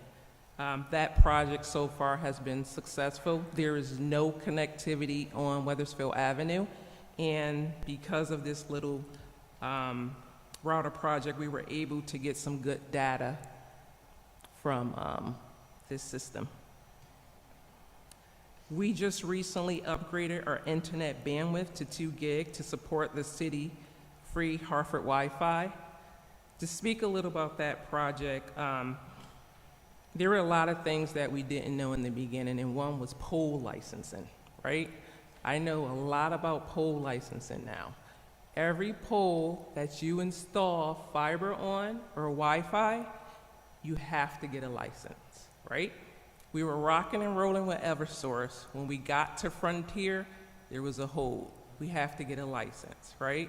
We did a contract with them a few years ago. They said, no, that contract was for fiber only, right? So now we're routing, we will be routing soon another contract to install our Wi-Fi. Another project that we worked on is through GIS, is the CIP dashboard for the COO's office that shows all the capital improvement projects in one dashboard. A survey and website for city-owned property for economic development. We developed data for EMS, CAD addressing, and road center lines for their new CAD system. We supported the Love Your Block program for constituent services. We upgraded the Hartford Public Schools district-wide Wi-Fi for better performance. We're working on the school construction for Burns. We're upgrading the speed between school buildings from 10 gig to 40 gig. We secured $2.3 million in E-rate funding for network infrastructure upgrade and wiring for our schools. We set up and delivered over 6,800 laptops and tablets for students for this current school year. The MHIS strategic initiatives are: the MHIS business strategy encompasses multiple facets and calls out common themes where technology can be an enabler. If we wrap this into a single paragraph, it would be improving existing city services and creating new possibilities via technology anytime, anywhere the city needs it. This includes delivering stable, responsive, and available technology platforms that provide the city the foundation needed to deliver cost-effective services with ongoing strategies of cloud, business analytics, and security.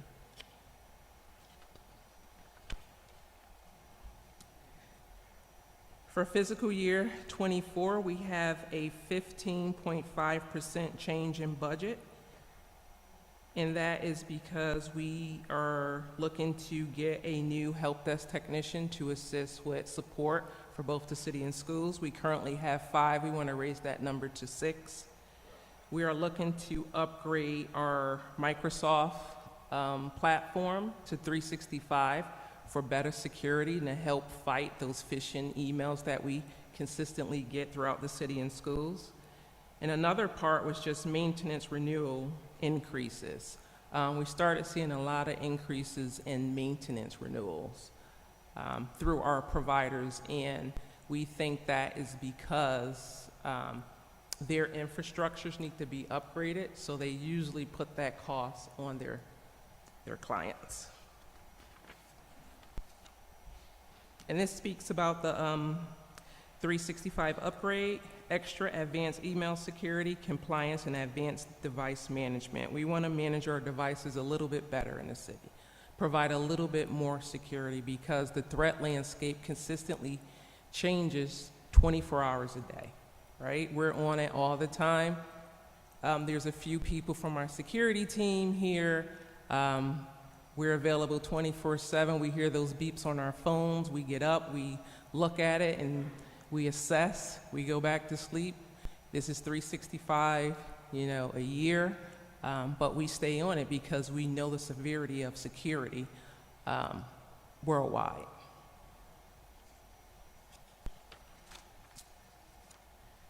Our last page is the staff composition for all employees. We have 16% that are residents within the city of Hartford, 84% that are non-city residents. Our race for Hispanic is 10%, African American is 39%, Caucasian is 45%, and other is 6%. There's 19% female in the department. I would like to see that number rise a little bit more to start having more women in technology. We have 81% males in the department. Thank you, and that concludes my budget presentation for fiscal year '24. Happy to answer any questions. Thank you. I actually stand correct. Thank you for your presentation. Great as always. I do stand and correct it. I called you Director Snipes, but you are Chief Snipes, Chief Innovation Officer, so just want to recognize that. You made significant strides in developing your team, and hopefully, do you have any idea when those resolutions will be agreed upon with the union so you can hire? We have 4 positions. 1 we just finished, and it got approved by HMIA. We have 3 more to go. So I'm working with HR to start working out the details of those positions. We already have them written, but we just have to go through each one of them and make sure that they fit into the needs of the department.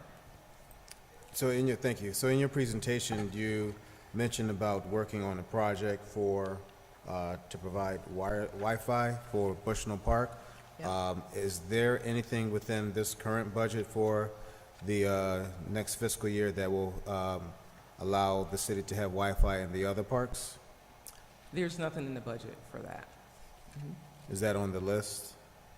There's a wish list? We have a lot of visions that's on the wish list, and yes, the goal is to, what we've learned from the Wi-Fi project is that everything runs better on fiber, right?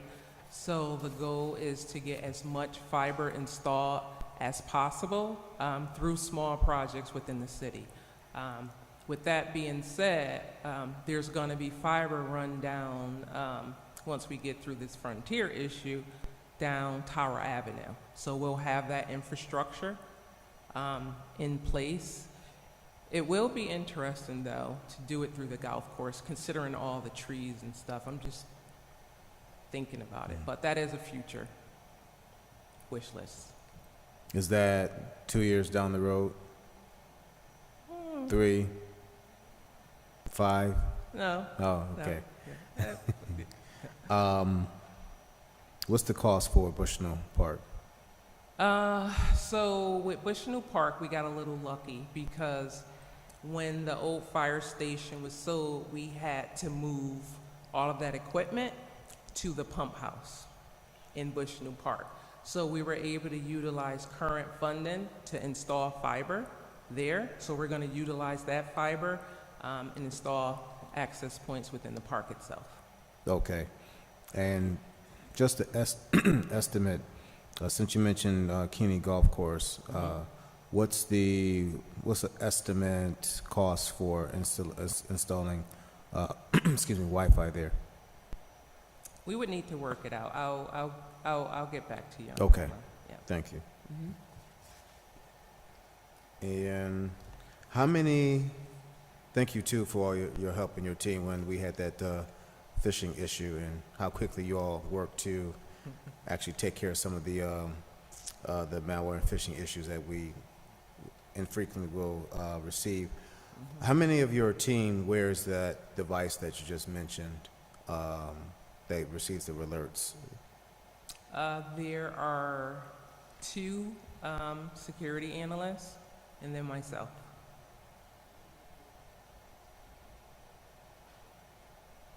And is that an additional cost for them, for your team to have through Microsoft 365, or is that included in our package?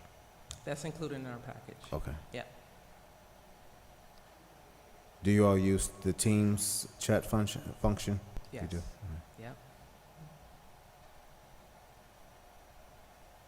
All right, thank you. Any questions? Mr. Chair.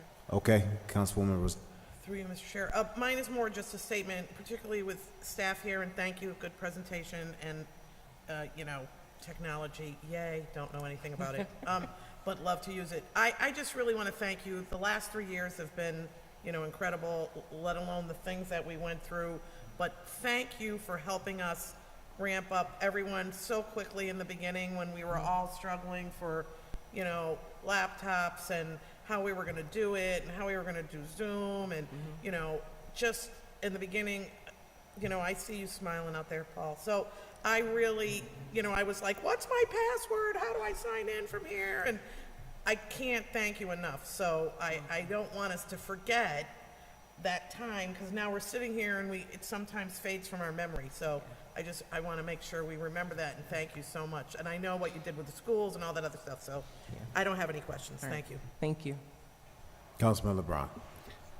Thank you. Through you, Majority Leader. I also want to acknowledge the Herculean effort yourself and your department made during the pandemic to support our scholars in our schools. That was a tremendous lift, and I think one that was started a new trend where now it's part of their everyday learning, and you kind of provided that through the negativity of why it happened. That was the seed and the genesis of the future of academics. And so I think it's important to continue to reflect. So I just have one question. Being such a broad, being that you cover HPS and the City of Hartford staff, and my understanding about technology, yay, is that most of the things happen from user, right? It's the user interface that allows things to come in. How are we training folks to be better equipped from not being scammed or phished or whatever the appropriate wording is? Most of that is through email communication and what we call security awareness training.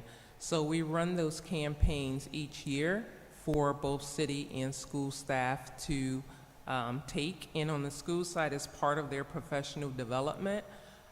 So that's how we keep them. And we get all the emails, you know. We set up emails on both sides with the email address called suspiciousemails@hartfordschools.org, suspiciousemails@hartford.gov. So if you see something suspicious, just email that email address and our analysts are on it. So when those emails come in, just to give you a little background, we go into the back of the email where we can see everything, where it came from, where it was generated. If we see something concerning, we work closely with Hartford Police Department to address some of those malicious emails. So just one more, Majority Leader. There's been a national trend or a national conversation around TikTok and connections to TikTok. Are A-R-E, our, O-U-R, cell phones equipped to do TikTok? Do we have a ban against TikTok? What is our prevention or what is our policy currently from the city with using TikTok? We block TikTok. Yeah. It's on the block list. It's on the block list? Yes. Okay. All right. Thank you. We have a long block list. You got a long block list? Yeah. Okay. All right. Thank you. Good to know. Councilman Hernandez. Hello. Just one quick question because Councilman LeBron asked the question that I was going to ask you, but I'm going to piggyback on that and ask a follow-up question. On these security campaigns, can you elaborate a little bit on how that works? I know they are like annual campaigns. Do people have to do like quarterly assessments? Do they receive mock test emails to test to see if they were able to catch, the red flags? Can you explain a little bit what that campaign looks like? I'm aware of many of the campaigns, how they work, so I'm trying to see how it is that this one works. So the security awareness training is for them to train. The other campaigns are secret, so we can talk offline about that. Thank you. Councilwoman Surgeon? Thank you, Director, for your presentation. Through you, Mr. Chair, just one question. Not sure if you know, about a year ago, the city had extended internet for the business merchants on North Main Street. Do you have any update of where it is? When is it planning on being finished? They started work on that not too long ago. I could get you more details about that. They started laying the fiber in that area, but I'll get more details on Yeah, that. so we just need to, they can let us all know where they are between, I think it was North Main Street and Yep. Windsor. And I believe Comcast is the one Yes. who actually, did the contract Yes, with the city for that. yes. So just any update of where Okay. it is, and finishing date would be great. Okay. Thank you. Yep, you're welcome. Councilman Gale? Yeah, thank you. Just to follow up on that last question, do you have anything to do with people like Go NetSpeed installing fiber in Hartford? No, we haven't had any communications with Go NetSpeed. So that's strictly, is that regulated through PURA or through the state at all? They are a private hedge fund company that installs fiber, but they do have to go through PURA. And there's a lot of conversation around how they're able to get things done that I just don't have the information. But yeah. Thanks. Lastly, it was kind of implied earlier with Councilman LeBron's comments, but just wanted to reiterate, your department, I believe, is the only department in the city that crosses boundaries and works both for the city of Hartford as well as the Board of Education. And if I'm not mistaken, in counting the heads, it appears that in the general fund, the city's portion is funding 19 positions, but you have a total of 43 positions, if I'm not mistaken. So I take it that means that the Board of Education is funding the other 24 positions in your department. Correct. Do you have the dollar amount for what the board's portion of your total budget is? I could get you those numbers. Yeah. Can I assume that it's higher than the $5 million that is coming out of the general fund? The board is a little different because of federal E-rate funding. So a lot of, like their internet, federal E-rate pays 80% of their internet. So they only pay the other 20%. So it's a little bit different as far as cost. That's the biggest game changer between the city and the school's budget. And then when you buy licensing, because they're education, they get cheaper licensing versus the city and government. So you'll get us the board's contribution. And Yeah. last part of that question, with many of the other departments, we have line items that would show materials costs, license costs, overtime, employee.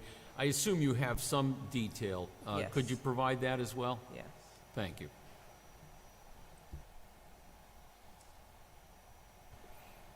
All right, I think we're all set with our questions. Thank you very much for your presentation, and continue on in the great work. Thank you. All right. We're going to recess again and quickly, and next up is Development Services. I messed you up.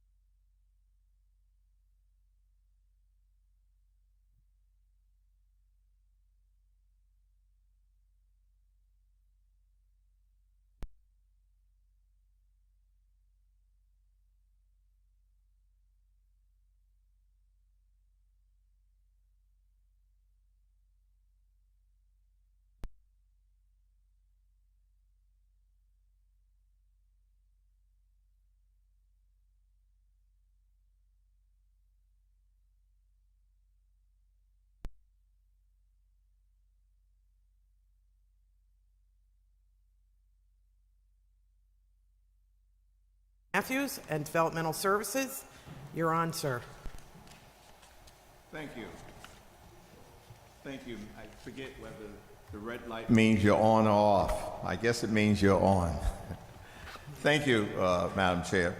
And thank you to the council for giving us an opportunity to present the activities and programs within DDS. Let me begin first by introducing to some of you who may not know all of our key staff people that make these things happen in the city, my staff.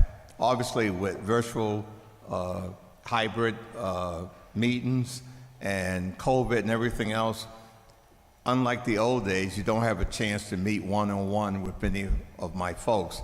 So just in case you're walking through the halls and you bump into them, you know who they are. Let me begin first, take 1 minute, Madam Chair, introduce the Director of Housing, Brian Matthews, our Director of Small Business Support and Initiative, Yvonne Chu. Yvonne?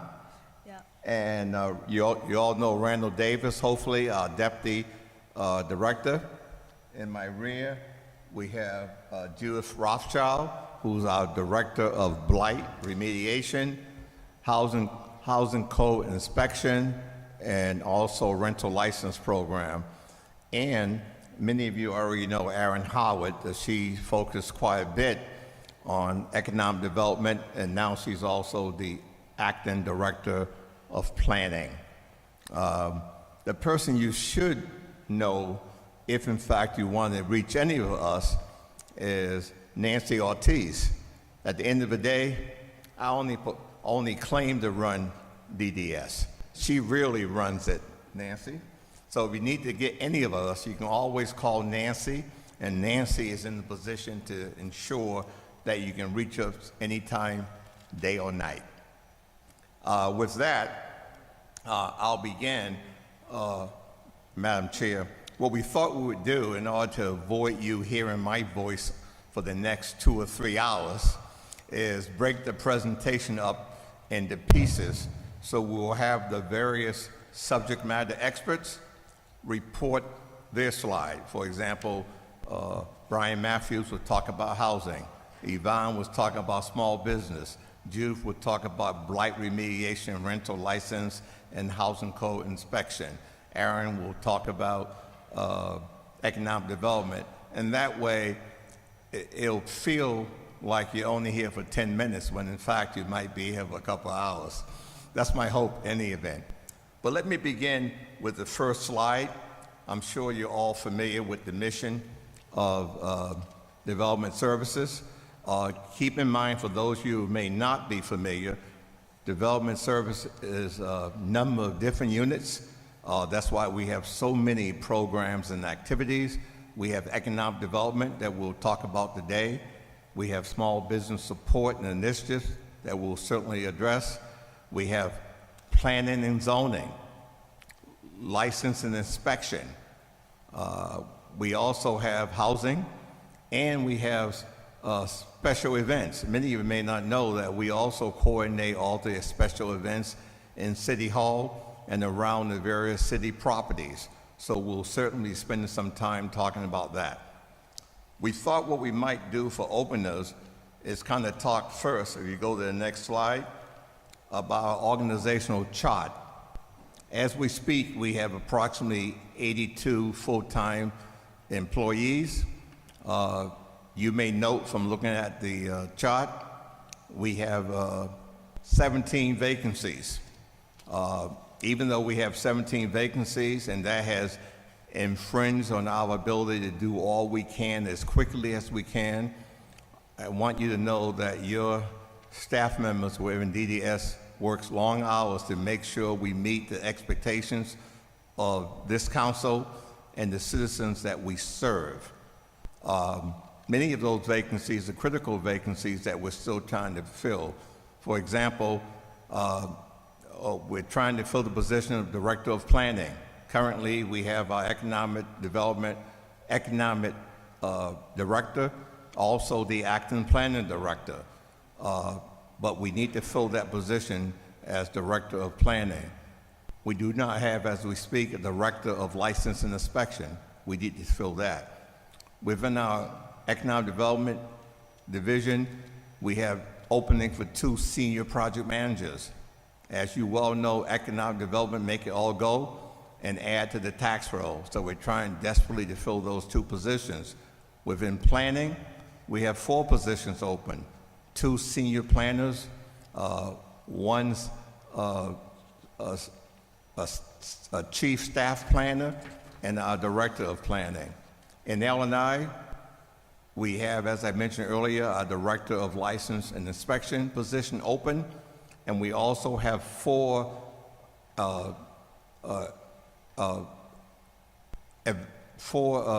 building officials positions open. Our assistant building officials, as you know, whenever there's a project in the city, they need to go out and make sure things are always compliant with the state code and other kind of regulations. So we're still trying to fill those 4 positions.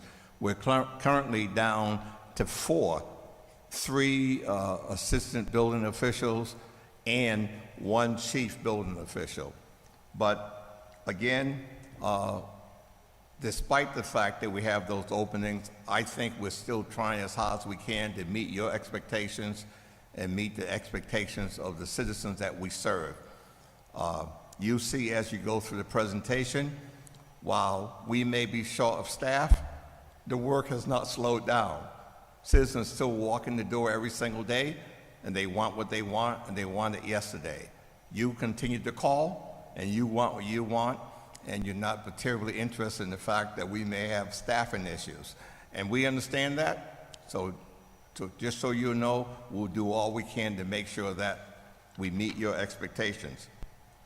What we thought we would do to keep moving this along is kind of give you the highlights of some accomplishments on the next slide that we have met in 2023. And just let me go down to hit a number of them. We have added 1 more ZEO, that is a zoning enforcement officer. So we will now have a total of 3 with 1 supervisor. We also have 13 housing code inspectors. You may know over the years that has been the source of some discussion. When I first came on board, we had 5. So we now have 13, and Judith will talk to you about how we divide the city up into 10 grids so we can be more responsive and more proactive. So and again, Judith will get into detail, but we think dividing the city up in 10 grids and assigning an inspector to each grid with 3 in reserve to deal with problems will make us more responsive and more proactive. Some of the major projects that you already know about, because many of you attended, we opened the Pendant Building diagonally across the street or adjacent to the baseball stadium. We also finally opened up Park and Main. My understanding is that those 2 buildings, in terms of occupancy, are going very, very well. So that's good news. 70% of the housing rehabilitation dollars in the city have been awarded to minority and female contractors. As you know, this is a minority city, and we make every attempt within DDS to make sure we spend our dollars that reflects the diversity of this city. $1.2 million has been committed to the housing rehabilitation program for senior citizens. Brian will talk about that. That was a program put together by you and the mayor, and that's going quite well. 514 blight remediation inspections. As you know, blight is a major issue in this city. We have been very aggressive in terms of blight foreclosure. And over the last 2 or 3 years, we have foreclosed on many of blighted properties. And in some cases, we turned those blighted properties over to the land bank. In other cases, we try to distribute those properties to other contractors within the city so they can bring those properties back to a useful and beneficial purpose. I think one number you might be interested in, if you look at this slide, 7,222 housing code enforcement inspections. 7,222. That's a lot.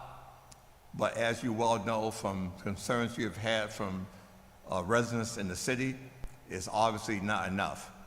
We need to continue to be as proactive as we can to make sure we inspect every single house in the city to ensure that all of our citizens, all of them, have a real quality of life, and they have a right, as I'm sure you would agree, to live in safe, affordable, sanitary housing. That's our goal. And we think that's one of our most important missions. The other point I would make here, the last bullet there, $1 million of emergency housing repair funds established. This was a fund supported by this council and suggested by the mayor. They put aside $1 million to make sure if in fact we talk to a property owner who cannot or is unable to make necessary repairs on his or her home, we're in a position to spend city money to make that repair or renovation in order to make sure that that tenant or that citizen is living in a good, on a good property, and then the costs associated with that repair or those dollars would be assigned to that person tax roll. We're still in the process of trying to fully develop that, but that's something we probably will fully develop the next quarter. The other slide, before I take questions, if you have any questions on the first two slides, is to talk to you about strategic initiative. What are some things we're going to focus on for the rest of this year? And it's all laid out on this slide. We want to increase our focus on zoning. If you go to many of the NRZ meetings, they have a lot of questions about zoning and whether something is permitted use in their neighborhood or not. Housing code enforcement will continue to be a key priority for us, and the rental license program. The rental license program you will hear from Juve was designed to make sure that all of our affordable housing and other housing in the city meet a certain standard at all times to ensure that our citizens are getting the very best they can. The continuation that Yvonne will talk about the Small Business Investment Fund. We have money set aside for that. The facade program that will be taking place in many of our neighborhoods. The micro grant program that you may have not heard about, but Yvonne will talk about that. That's a program that will focus on e-businesses, food truck businesses, and home businesses. We'll be making an announcement on that over the course of the next 2 months. An expansion of the Housing Gap program. As you know, many times when we do renovations of existing housing that might need some rehabilitation, many times the cost to renovate and the cost of sale, there's a gap. So many contractors are unwilling to take on a project of renovating a house. The gap funding program will close the gap between the construction costs and the sale costs. And we put that money in place that will allow the contractor to do that work. Brian and the housing folks will talk about that. We have a number of trails in the city. The people who love to bike and love to walk, we try to make this a walkable city. We have the South Branch Trail that we'll talk about, and we also have the River Walk that we'll spend some time talking about. Those are things we're going to focus on. As you know from many of the presentations you heard before the PEDH committee, we have a number of construction projects going on in the city, development projects. 525 Main Street, 275 Pearl Street, Parcel B directly across the street from the baseball stadium, 500 apartment units, a 500-car garage, Arrowhead project. We also have a number of projects going on in the neighborhood.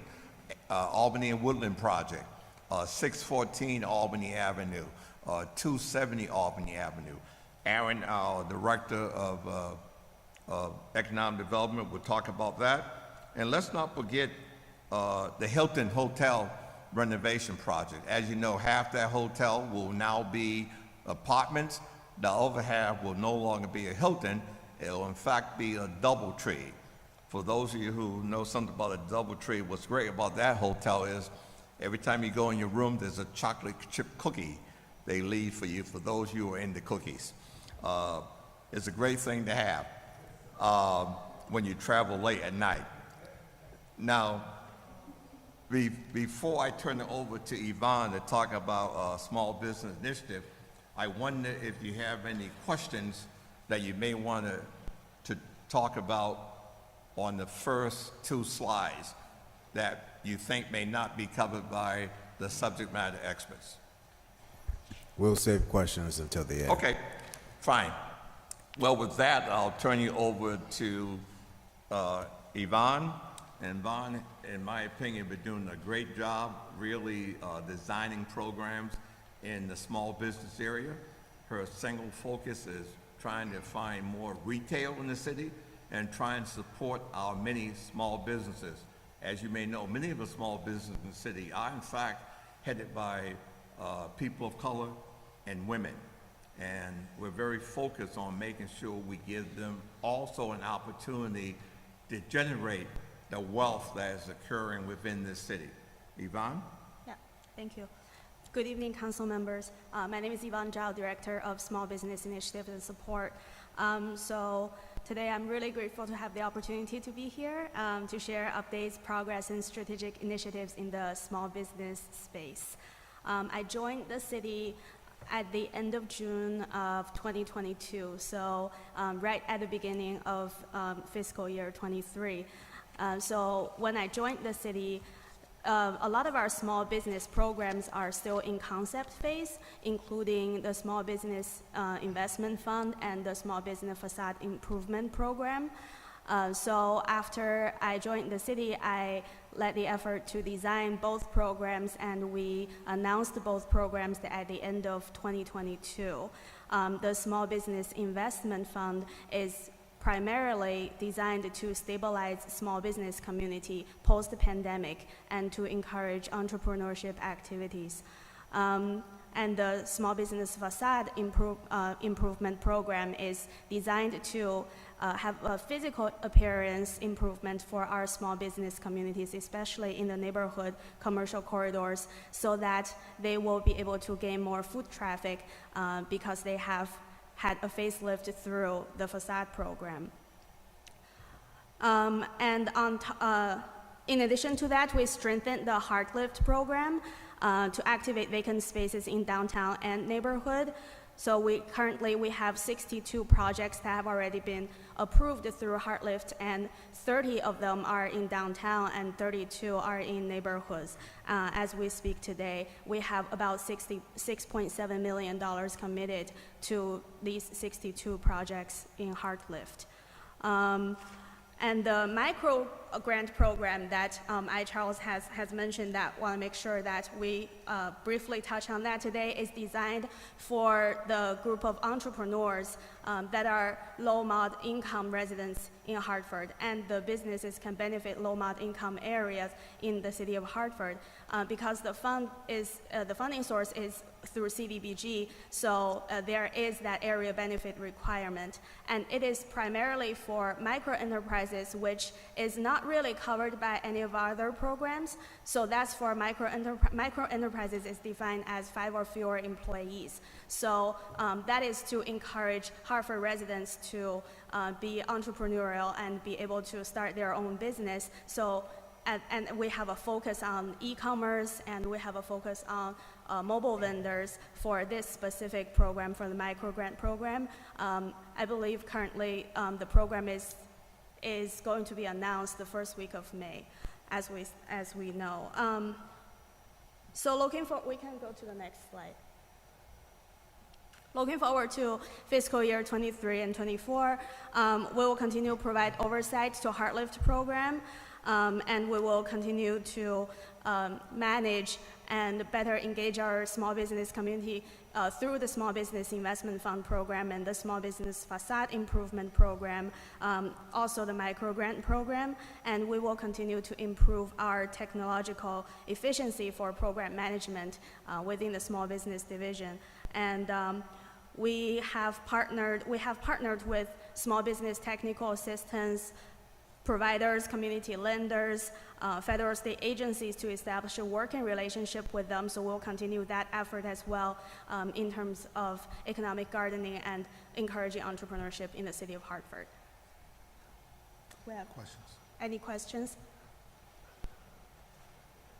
Oh, there are one questions at the end. Mr. Chair or Madam Chair, I wonder if at the end of each presentation you have any specific questions related to that presentation, whether it's small business or housing, and then what we can do at the end, if you desire, is tie up everything together that may in fact link up. But it's your call.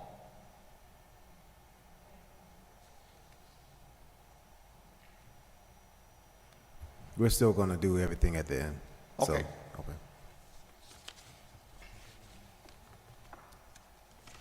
I mean, you said that we'll be here for 2 to 3 hours, so we'll make good use of this time. Well, this is, having been in your shoes in the past, I was trying desperately to spare you. Councilors, my name is Brian Matthews, and I apologize for this. I've had the great pleasure of getting to know some of you over the years, and some of you have a really great idea as to what we do in the housing division. We're fully staffed, and the strategic initiatives and the outcomes that you see on our slides are brought to you with no impact to the general fund. In fact, the housing activity that we facilitate and support brings thousands of dollars of general fund revenue to our coffers.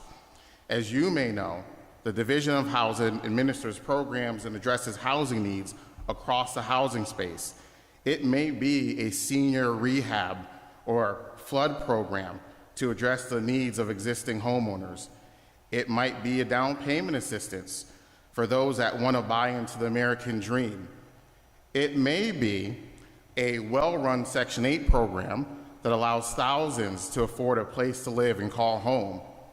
Or it may be the initiatives and partnerships forged to combat homelessness. The division will continue to utilize its human and financial resources to bring about outcomes our residents want and need. I want to remind you that our door is always open. We welcome comments, ideas, inquiries. We cannot do this alone. We'd like to partner with you to be even more effective. Thank you for your time, and I'll answer any questions that you may have at the end. Just a comment. Thank you for your presentation. Thank you. I think you probably have the Brian, I think you probably have the quickest presentation on record.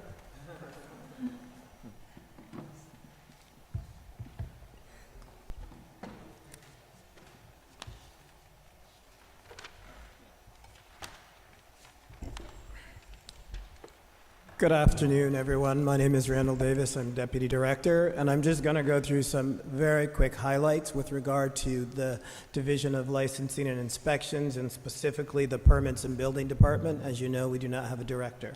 As you will see by this slide, despite the fact that our department has had challenges with staffing, we are busier than ever.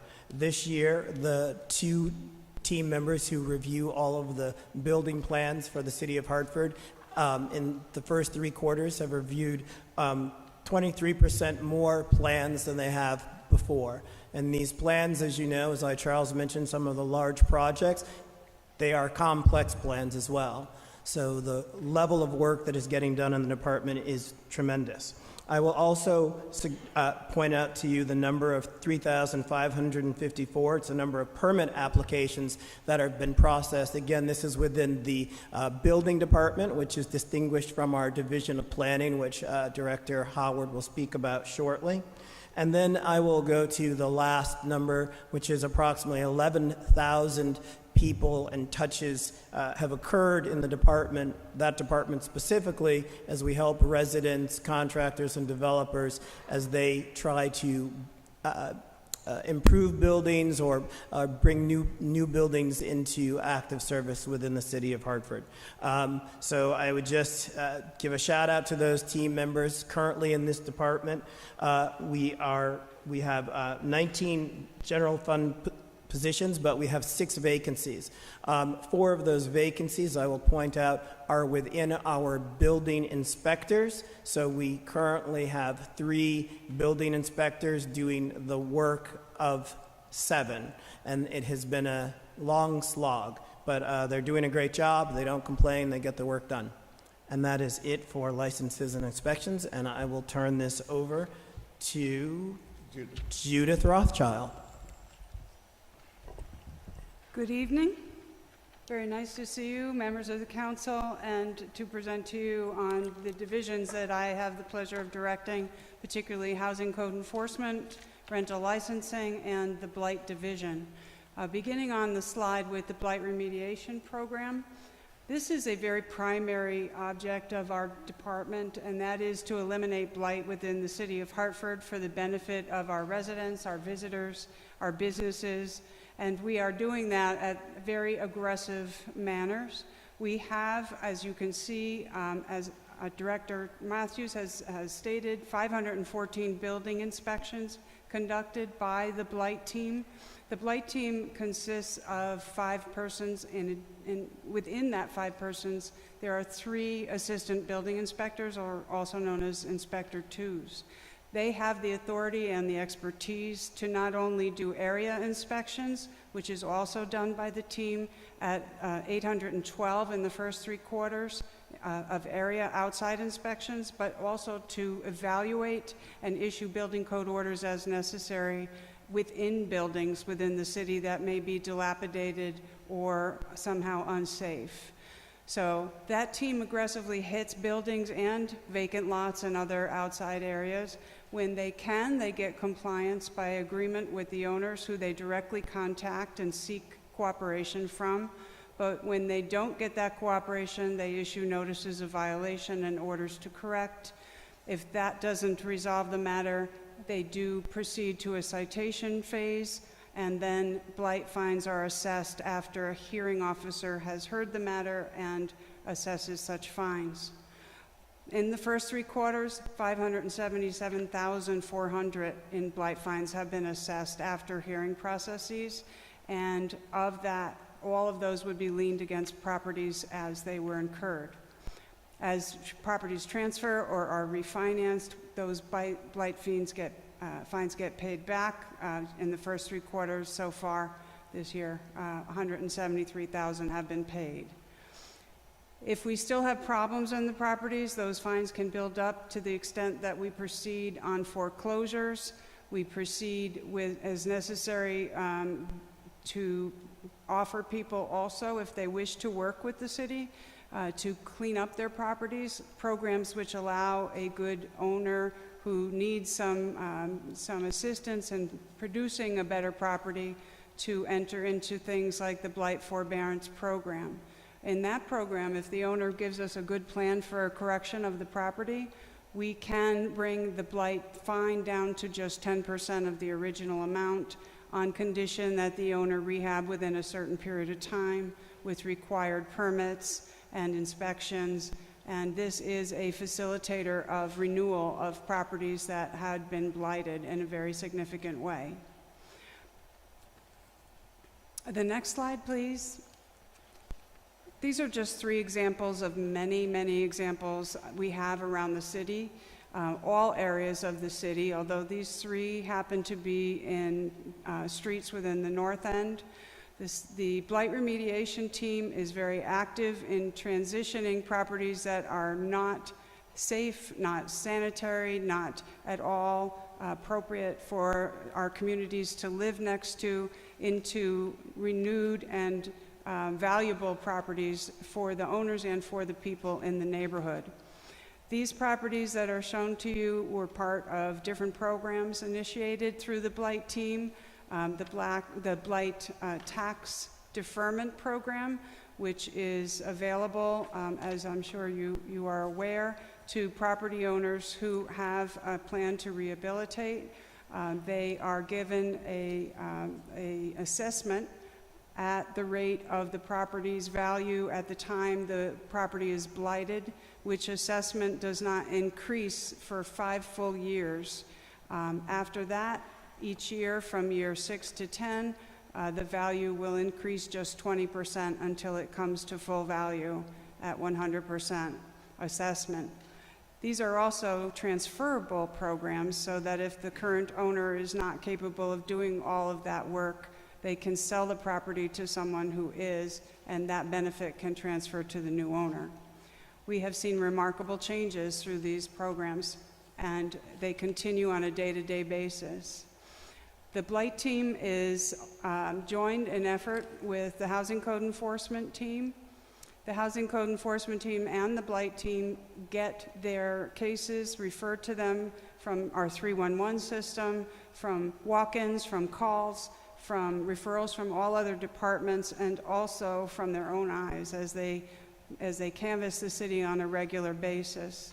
The Housing Code team has been very active. As you have heard, over 7,000 Housing Code inspections have been conducted this year. The reason that is such a high number in part is because of the amount of rental license inspections that are being conducted as part of the rental licensing program. When they have a violation, they issue notices of violation if they're not readily corrected, and if those notices of violation are not adhered to, just like the blight program, it goes into a citation process and fines can be assessed. In the first 3 quarters, almost $600,000 in fines have been assessed against the property owners who have not corrected violations, and some of those have been paid to the extent of $67,000. I will discuss the 10-area inspector map at the last slide. The rental licensing program, as you know, is just a few years old. We are in process in buildings, 10-unit buildings and larger at this time, along with hotels and rooming houses. We have had, at this point, not 366, but as of today, 371 applications by building owners, and these are for buildings, not for units. We have issued 33 licenses, but we have in process nearly 300 applications going through the very important prerequisite inspections that are necessary to get a license within this city. We have collected, at this point, 311,220 application fees within that program. The plan for your enforcement divisions and Housing Code, rental licensing, and blight is to keep proactively enforcing our codes. We plan through the rental licensing program to reduce substandard housing, increase health and safety of our residents through enforcement of that program. We will lead and continue to coordinate with other departments within DDS and throughout the city, particularly with our Health and Human Services Department, Fire Department, and Police Department, to coordinate our response to best eliminate those problem properties and those problem areas within the city of Hartford. That has been a successful venture. We will continue to work hard at coordinating our tools and our staff personnel to make that happen. And we will accelerate our rental license inspections.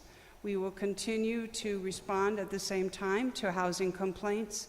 We have met and heard from the citizens of our city. We have met with tenant representatives, and we have heard their plea for further enforcement and concentration on bad properties within the city.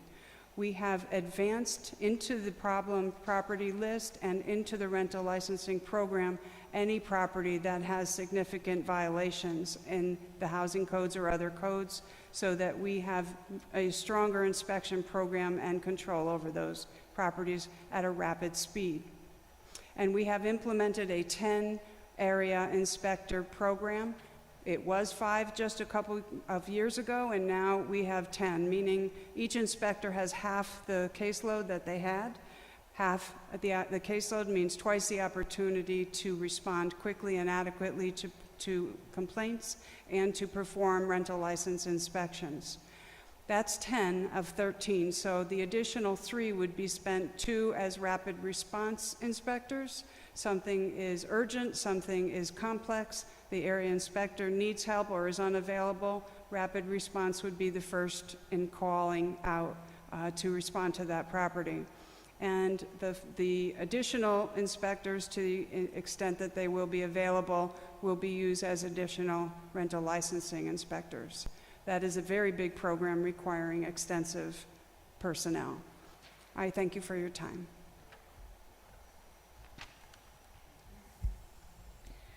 Good evening, council members. As some of you may know, my name is Erin Howard. I am the Director of Economic Development, but also serving as your Acting Director of Planning for the city. My first presentation will be about planning and zoning. It's important to note that while the department is staffed with 14 members, planning and zoning is split up between 3 different groups. There's a planning development team, there's the zoning enforcement team, and then there's a long-range planning team. It's important to note some key highlights for the planning development team. This past year, from July 1st to March of 2023, the team has received and reviewed over 1,000 permits or applications for planning and zoning, and we have issued just under 1,000 permits to date. From the zoning enforcement side, we have opened 257 cases, and we have closed about 63 cases, and I think it's important to share a lot of our cases are repeat cases, and so we have been working really closely with a lot of our zoning enforcement, but there is some overlap in some of the requests and things that are going on within the city. From long-range planning, it's important to talk about this team looks at the Arrowhead, things like the Arrowhead Gateway Plan. We recently, as you know, worked on the comprehensive parking study, the Brainerd Airport Visioning Study, and most recently and most notably, working on our city's neighborhood plans, working with our residents and our neighborhoods. As of right now, the Upper Albany Neighborhood Plan has been adopted by the Planning and Zoning Commission, and we are still in the process, through the public hearing process, looking at the Frog Hollow neighborhood, Northeast neighborhood, and the Southwest Behind the Rocks. Also notably, from the planning and zoning side, over the last couple of years, there have been a number of things that needed to be changed within the zoning regulations, and so there have been some notable text amendments that occurred back in December of 22 and January of 23. The one I'd like to point out is the city did change the regulations to allow more permanently in nature the outdoor markets, and one of our most recent projects that did go through the planning and zoning process was 510 Farmington. As you are familiar with the outdoor market, food market that's out there now. So we're happy about that. From a complete streets long range, it's important to note we do look at, we're working with the community, we're looking at streetscapes, so we have Farmington Ave, North Main Street, Bartholomew Ave, which is under construction, or 90% constructed, and the reimagined Main Street. And of course, we do things with trails, Riverwalk, design is complete, construction anticipated to begin 2024, and of course, the South Branch Trail. Also notably, the planning and zoning team actively participates in all of our neighborhood meetings. We do send a representative from the planning and zoning team to help represent all of DDS as we can. So you'll always have someone from the planning team participating and being a liaison to the community and coming back and forth with updates and news throughout the department. For initiatives for planning and zoning, of course, we are going to continue to handle all the applications that come in. I think it's also too important to note that the number that was presented for the building department, over what was 3,000 applications, back in late 2022, we instilled a process where we would review and double check building permits that came in as an ease of access so we don't run into problems down the road. And so there is an additional review that's not noted here that is done by the planning team to make sure when a building permit is pulled that it is in compliance with zoning so we don't run into further issues in the future. So we'll continue to do those things. We'll also be looking at high level from the long-term planning, the South Branch Park River Trail, Hartford to Windsor River Walk, The mobility study is kind of still underway. Reimagine Main Street Phase 2, just to name a few. We're looking at some neighborhood plans specifically for this coming initiative with the Parkville neighborhood plan in the South Downtown neighborhood. Domingo, of course, is back up and running for this year, so we do a lot of planning for Domingo.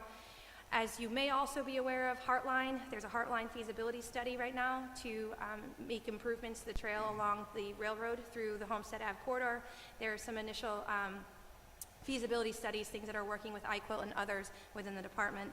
And then other things to point out is we are talking about working on some redevelopment plans, specifically looking at the Homestead Avenue redevelopment study area, and also we are in the process of doing the redesign of the plaza for the Arrowhead Gateway study area. So at this time, I'm going to transition over to economic development. These slides don't really give it justice to the amount of activity that has been happening here in the city of Hartford, and these are just to highlight a few of the properties that you have seen.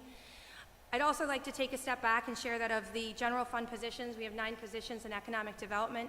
We really have 3 teams now in economic development as well.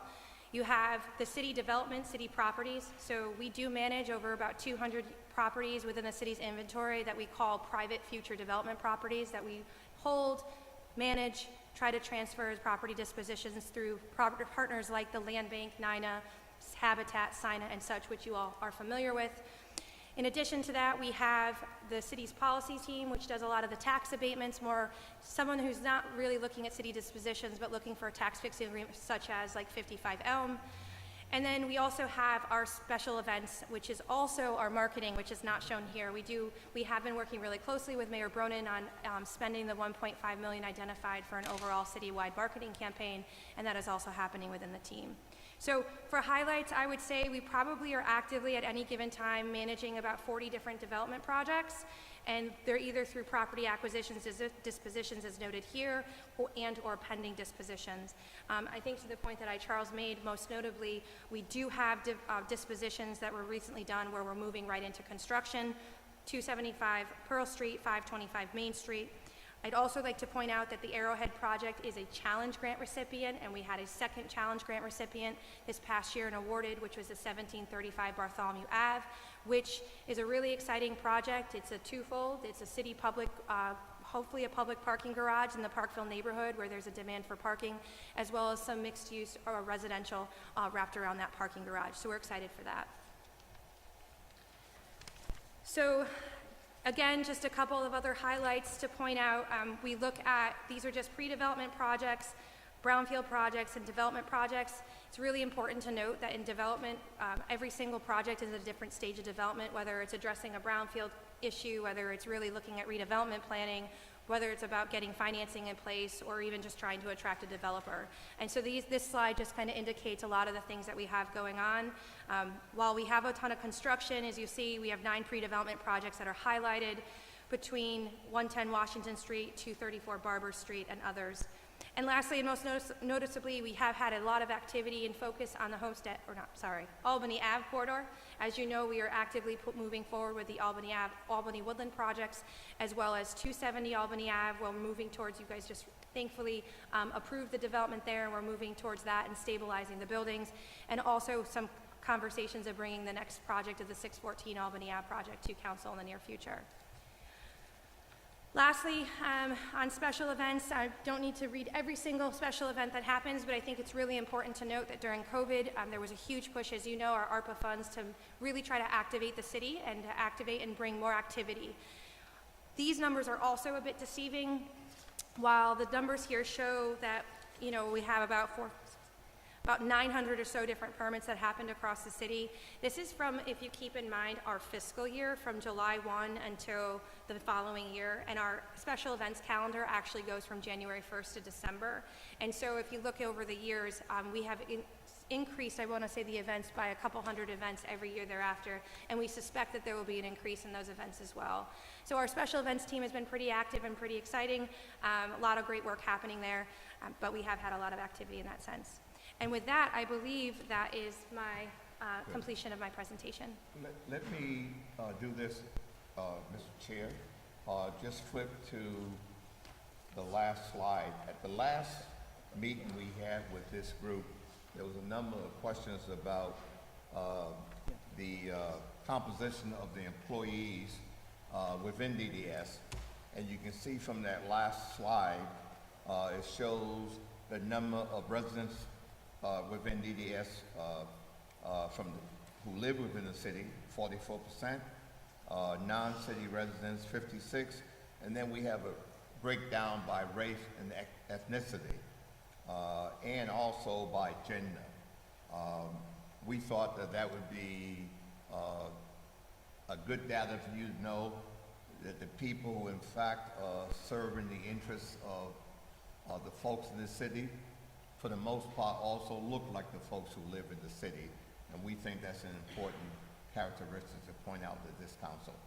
But with that, Madam, Mr. Chair, we can take some questions, but we have thrown a lot at you, and I certainly appreciate all we have thrown at you, and maybe we can just deal with your questions and try to tie pieces together for you. Thank you, Director Matthews and your team. Is there anything else you want to present us with? I mean, we're here. I'm sorry? Is there anything else you want to present us with? We're here. We have nothing but time. We can talk for another 5 hours, but we want to make sure we answer your questions. All right. Thank you very much. I see hands, but I'll defer to the PDH chair if she has any questions. Yes. Hey, I never get the special attention before. I'm going to bask in it this evening. Team, I want to say, first of all, I have worked with many of you, everyone here for about 4 years when I got elected, 1920, and I have been so proud to work with all the development services, and especially being invited for your Thanksgiving dinners or Thanksgiving lunch. You know, it makes me feel really nice that, you know, look at us like, you know, council's over here and staff is there. You guys make us feel like, you know, we're part of the city, and we really enjoy working with you. Thank you. Over the last past year, every time you come to our committee meeting, you guys do a great presentation. So for me, I ask all my questions at the committee level. So this presentation for the annual budget, I'm quite comfortable with everything that you've presented. This is like a second time I'm hearing all this, because your team come to the PD&H committee meeting and do a presentation on every division. So I'm quite comfortable, and so I'm good with that.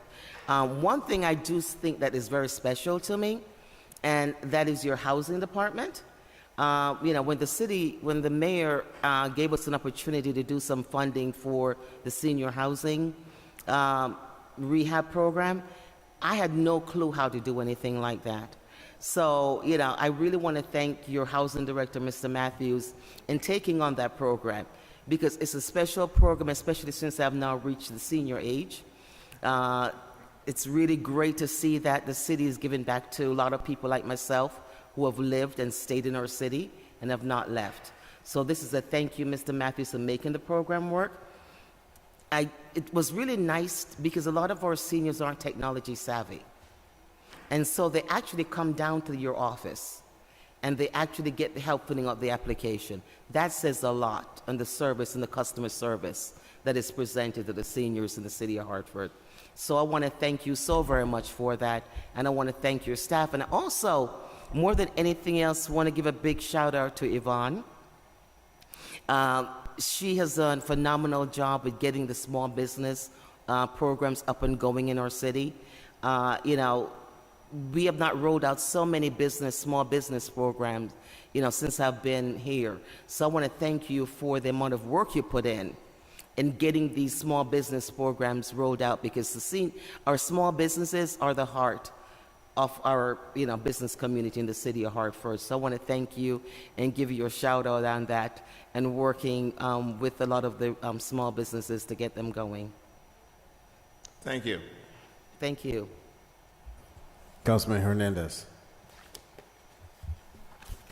Good evening. I have a couple of questions, but I want to start with this premise just to see if I'm in the right track here. Under the licenses and inspection division, I think I heard from the mayor on his launch of the recommended budget that there will be an additional 15 positions for that particular department. I assume most of them were inspectors, housing inspectors? Yes. Is that okay? So here are my two questions. One, I think you said that you have 6 vacancies in that department right now, 6 or 8 vacancies. I think it's on page 11 of the presentation. I just want to be certain, Councilman, are you referring to the housing code inspectors? The housing code inspectors, yes. Yes. Well, we currently have 13. In this budget, upcoming budget, the council has decided to add 3 more. So we'll be going from 13 to 16. We have not yet planned out how we might fully use the additional 3. As was said by Judith, our director, we have currently divided the city up into 10 grids, and each 10 inspectors will have a grid to be super focused on and to deal with, to be more proactive. And the other 3, I call, being a former Marine, my rapid action force. So if something happens in grid number 1, I got 3 inspectors I can rush into grid number 1 to provide support for that one inspector who may run into trouble on maybe some big project. We have 3 more additional folks coming on board, and once that is approved, I will sit down with Judith and her staff, and we'll try to figure out how we can fully deploy those 3 additional inspectors to make sure that we're even more efficient and more effective and more proactive in meeting the needs of the city city residents who have concern about how we inspect properties. Okay, so I guess that partially answers my next question. Now that I understand the structure better and your planning, because I was looking at the budget book on page 25.7 of the budget book on your key performance measures, and the last performance measure shows the number of housing code inspections performed. And for this fiscal year of 2023, your projection is that you will perform about 7,500 inspections, which aligns with what was adopted for the budget of this year. But then for next year, the numbers stay the same, 7,500. So I wanted to kind of understand, with an increase of positions for code inspections, I wanted to understand the reasoning behind that measure not go up. Like, why wouldn't there be more code inspections, at least projected? But I understand that you're still planning. Yeah, you want? Yeah. Okay, Randall? Yes, council member, I just want to make sure that our department has 6 divisions, and it can be very confusing. So we have housing code inspectors, which is what you began to talk about with Judith's group. So we also have building inspectors, and I don't have that. So 2 things. Number 1, the slide that you were referring to a moment ago with regard to that Charles was talking about, it's actually slide 12, not slide 11. Slide 12 is for includes housing code inspectors, where we only have 2 vacancies, and those vacancies are not housing code inspectors. We are currently fully staffed, as Charles said, with 13 housing code inspectors, but there are 3 that we have not hired yet because they're part of the new budget. So to your other question with regard, and I'm not sure that it's on here, I think you're talking, I would have to check to make sure that we're looking at the right division, because there's housing code inspectors and then there are building inspectors. So, and I don't have those numbers in front of me at this moment, but we can check on that and get back to you. Fair enough, thank you. Councilman LeBron? Yes, thank you. So I just wanted to echo the statement on confusing and trying to help the community, and thank you for your department for trying, for each and every person, for trying to help them through that process. Oftentimes, the complexity of what we try to do to help small businesses is very confusing when someone just wants to open or have a hot dog cart, for example. So the first question I wanted to ask Is there a reason on the last page of the slide why Hispanic isn't bulleted, or is it just that, I don't want to wordsmith here, but I was just curious as to, The last page? yeah, on the last page, Hispanic, like I missed it as an oversight, and so I thought maybe it was, but is there a categorization different, or is it just, I don't want to, I'm not sure. It's just an error. Oh,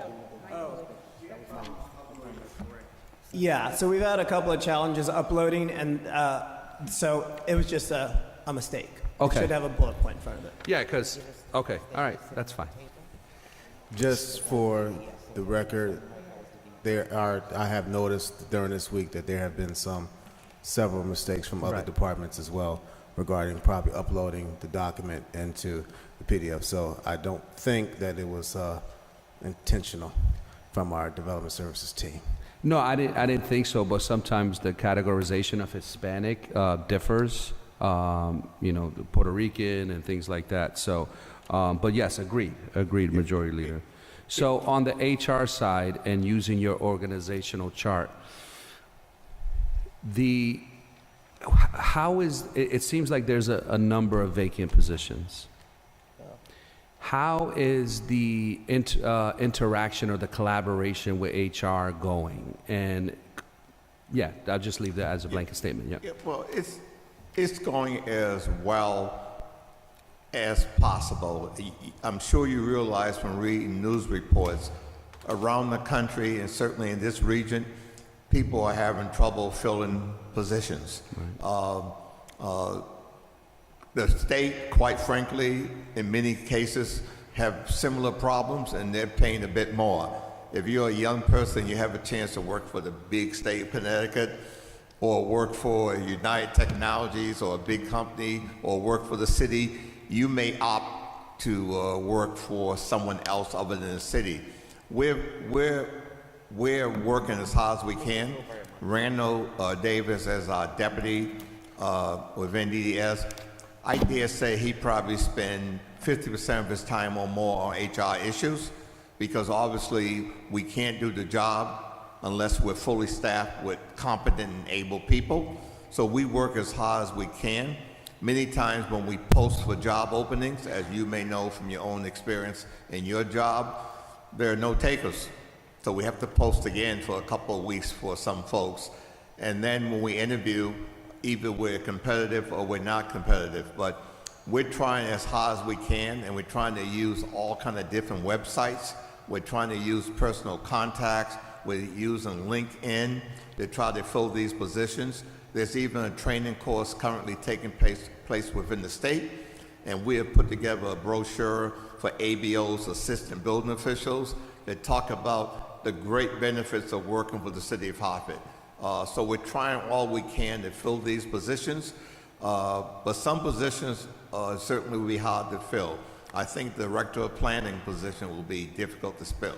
The L&I director will be difficult to fill, especially now where there's some uncertainty, quite honestly, with council members in election mode, the mayor's office in election mode. It's hard to convince someone who may have a pretty steady job now to come into the city when things may change. So we're trying the best we can to convince people this is a great place. And again, that being said, with the 17 vacancies, I have to take my hat off to my staff folks, that they're working all kind of hours and on weekends to fulfill their mission. Thank you, Director. And so last year, this city council allocated, the reason why I was asking is because we allocated a significant amount of dollars to HR to help fill vacancies. And has those vacancies been reduced compared to last year, or have they increased? Well, let me just say this. It's a rolling process. We may bring on a couple of new people, and then a couple of folks who've been here for a while will say to me, or say to one of these directors, this place is a sweatshop. I gotta get out of here. You know, we do push a whole lot of work if you look at these numbers. I'll be very frank with you. Some people can withstand the pressure. Others will want to move on where it's less intense. DDS is a very intense environment with all the work we have and the demands of people expectation. I'm not making any excuses or blaming anyone, but we have to just keep moving stuff down the ball field. So I think HR is doing the very best they can to support us. Right now, as we speak, it's very difficult to find applicants who are willing to apply for some of the openings we have. Thank you, Director. For special events, can we just get a high-level view of what kind of support happens for special events from DDS? Sure, happy to do that. So the city has actually created a special events task force, and so we manage any of the special events that were within city right-of-way, city property, that sort of thing. That does not manage every single event that happens in the city, but if it has anything tied to the city right-of-way, streets, that sort of thing, it does run through the special events task force. Typically what happens is, especially for the major events, we receive the application. This would be more special events, not Elizabeth Park and not City Hall Atrium. Those are kind of managed a little bit differently. So those other special events, we receive an application. We sit down with the special events task force. We have representatives from the police department, fire department, Hartford Parking Authority. If it's related to any specific area in the city, like Pratt Street, we'll have the Hartford Business Improvement District as part of that as well. We have Public Works, we have the zoning team, we have the building team, we have others that are part of that as needed, and we require that the applicant actually sit down and meet with the Special Events Task Force. A lot of the times, these bigger events will require site plans to be able to show like where there's a stage, that sort of thing, making sure we have the fire access and things of that nature. So we do have a process in place for which we do that. So long as the applicants get to us in a reasonable amount of time, we're able to move those projects forward. We did run into some challenges this past year when COVID kind of reopened. Folks were coming at us within a 2-week window, and that's just, we did our best, and I think we actually were pretty successful in trying to achieve all of that. But it's so critically important that we have public safety involved in anything that we do is related to special events, closing of our streets and such not. So we do have that process in place. Thank you. So as a follow-up question, we've heard year after year how the Puerto Rican parade itself seems to be a daunting task. So in terms of the special events and the support provided for the Puerto Rican parade specifically, is it that much more work than it would be the other events? Is that a trap question? So I would say this. If an applicant comes in and provides all the information, is very clear on their site plan, and follows general rules and regulations, fire code, safety code, police code, it's a much smoother event. It's when we have events, this is a very general statement response, but it's when we have events where we're not necessarily following the protocols that are put in place, do we run into some issues and concerns. We've also had issues and concerns. Obviously, when you have a large event, you're going to have to pay for services, and frankly, our services have increased. The cost of doing service with us, hiring police officers, having staff on site in different departments depending upon what the needs are, closure of the streets, cleaning of the streets, all of those things get factored into a special event. And some of what you may be hearing over the past couple of years is that the cost of doing some of these events has increased, but as has cost across this country with inflation, that has been kind of part of it as well.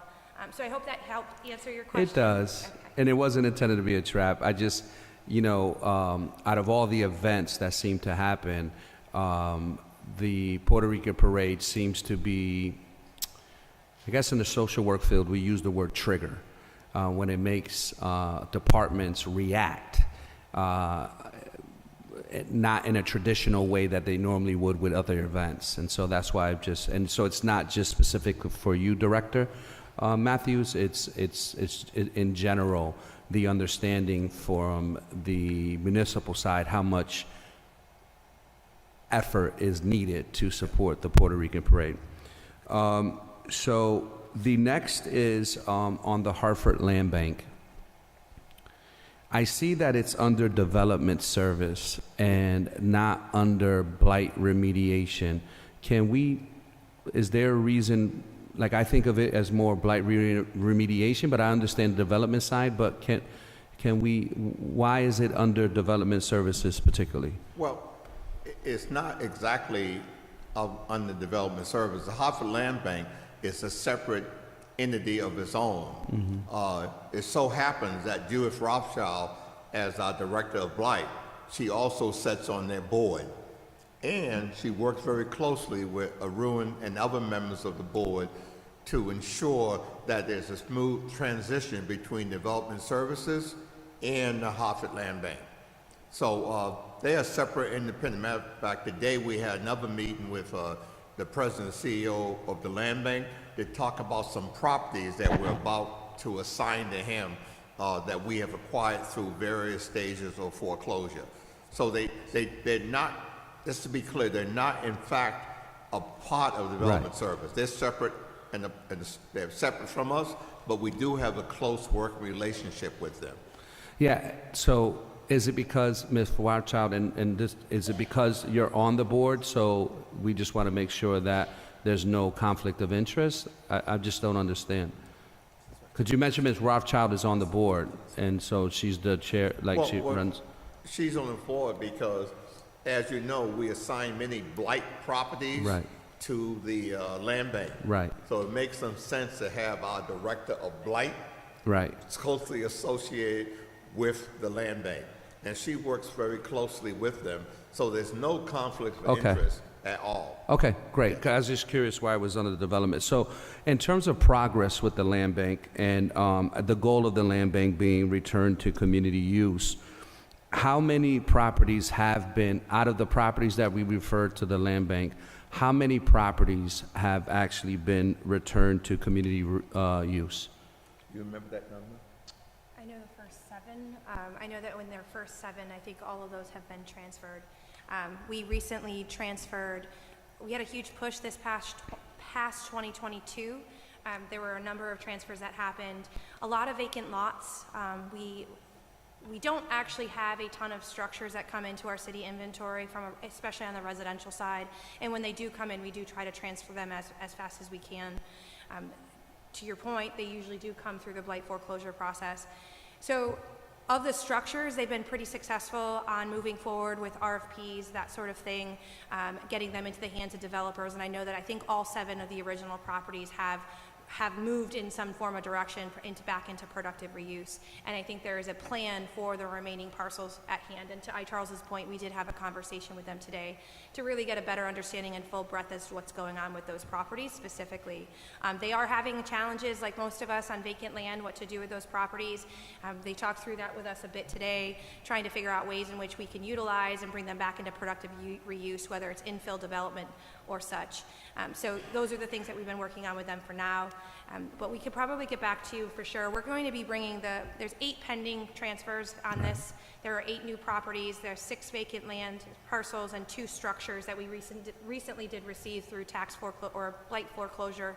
We will be bringing those before council in the next month or so, and we have advised the land bank to come to the table with a clear presentation and an update for council to kind of see what's been happening with those properties to date.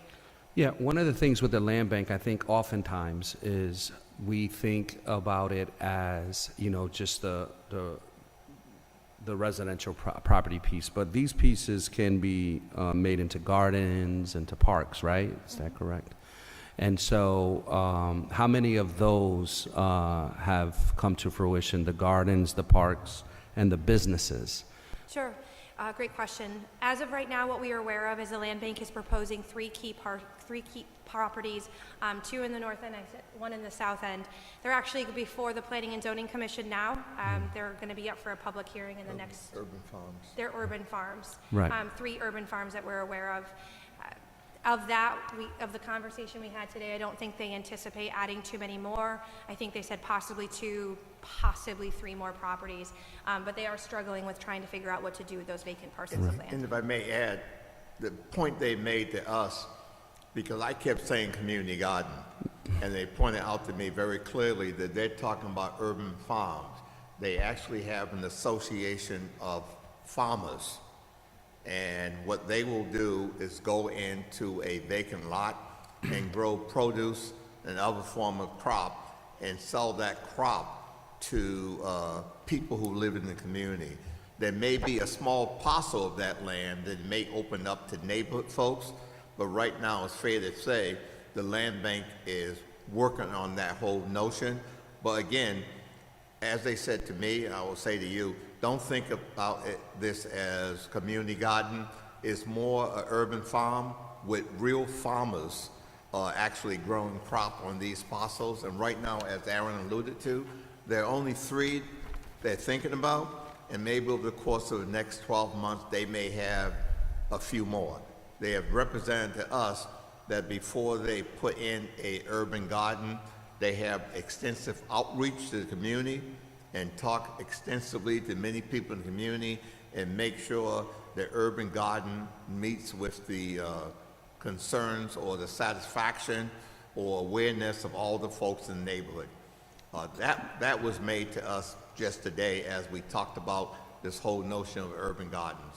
Thank you so much for the clarity. So if I'm hearing correctly, in the 4 years that the land bank's been open, there's 0 businesses, 0 gardens, 0 parks that have come back to community use. Would that be safe to say? Honestly, yes, Right. I think that Out would of be all the transfer properties, Yeah. there's been 0 businesses, 0 parks, 0 gardens. correct. The majority Okay. of the transfers have been home ownership, single-family, Right. multifamily residential. Okay, and so I just want to commend you, Director Matthews. I went into your office, and I love your strategy map.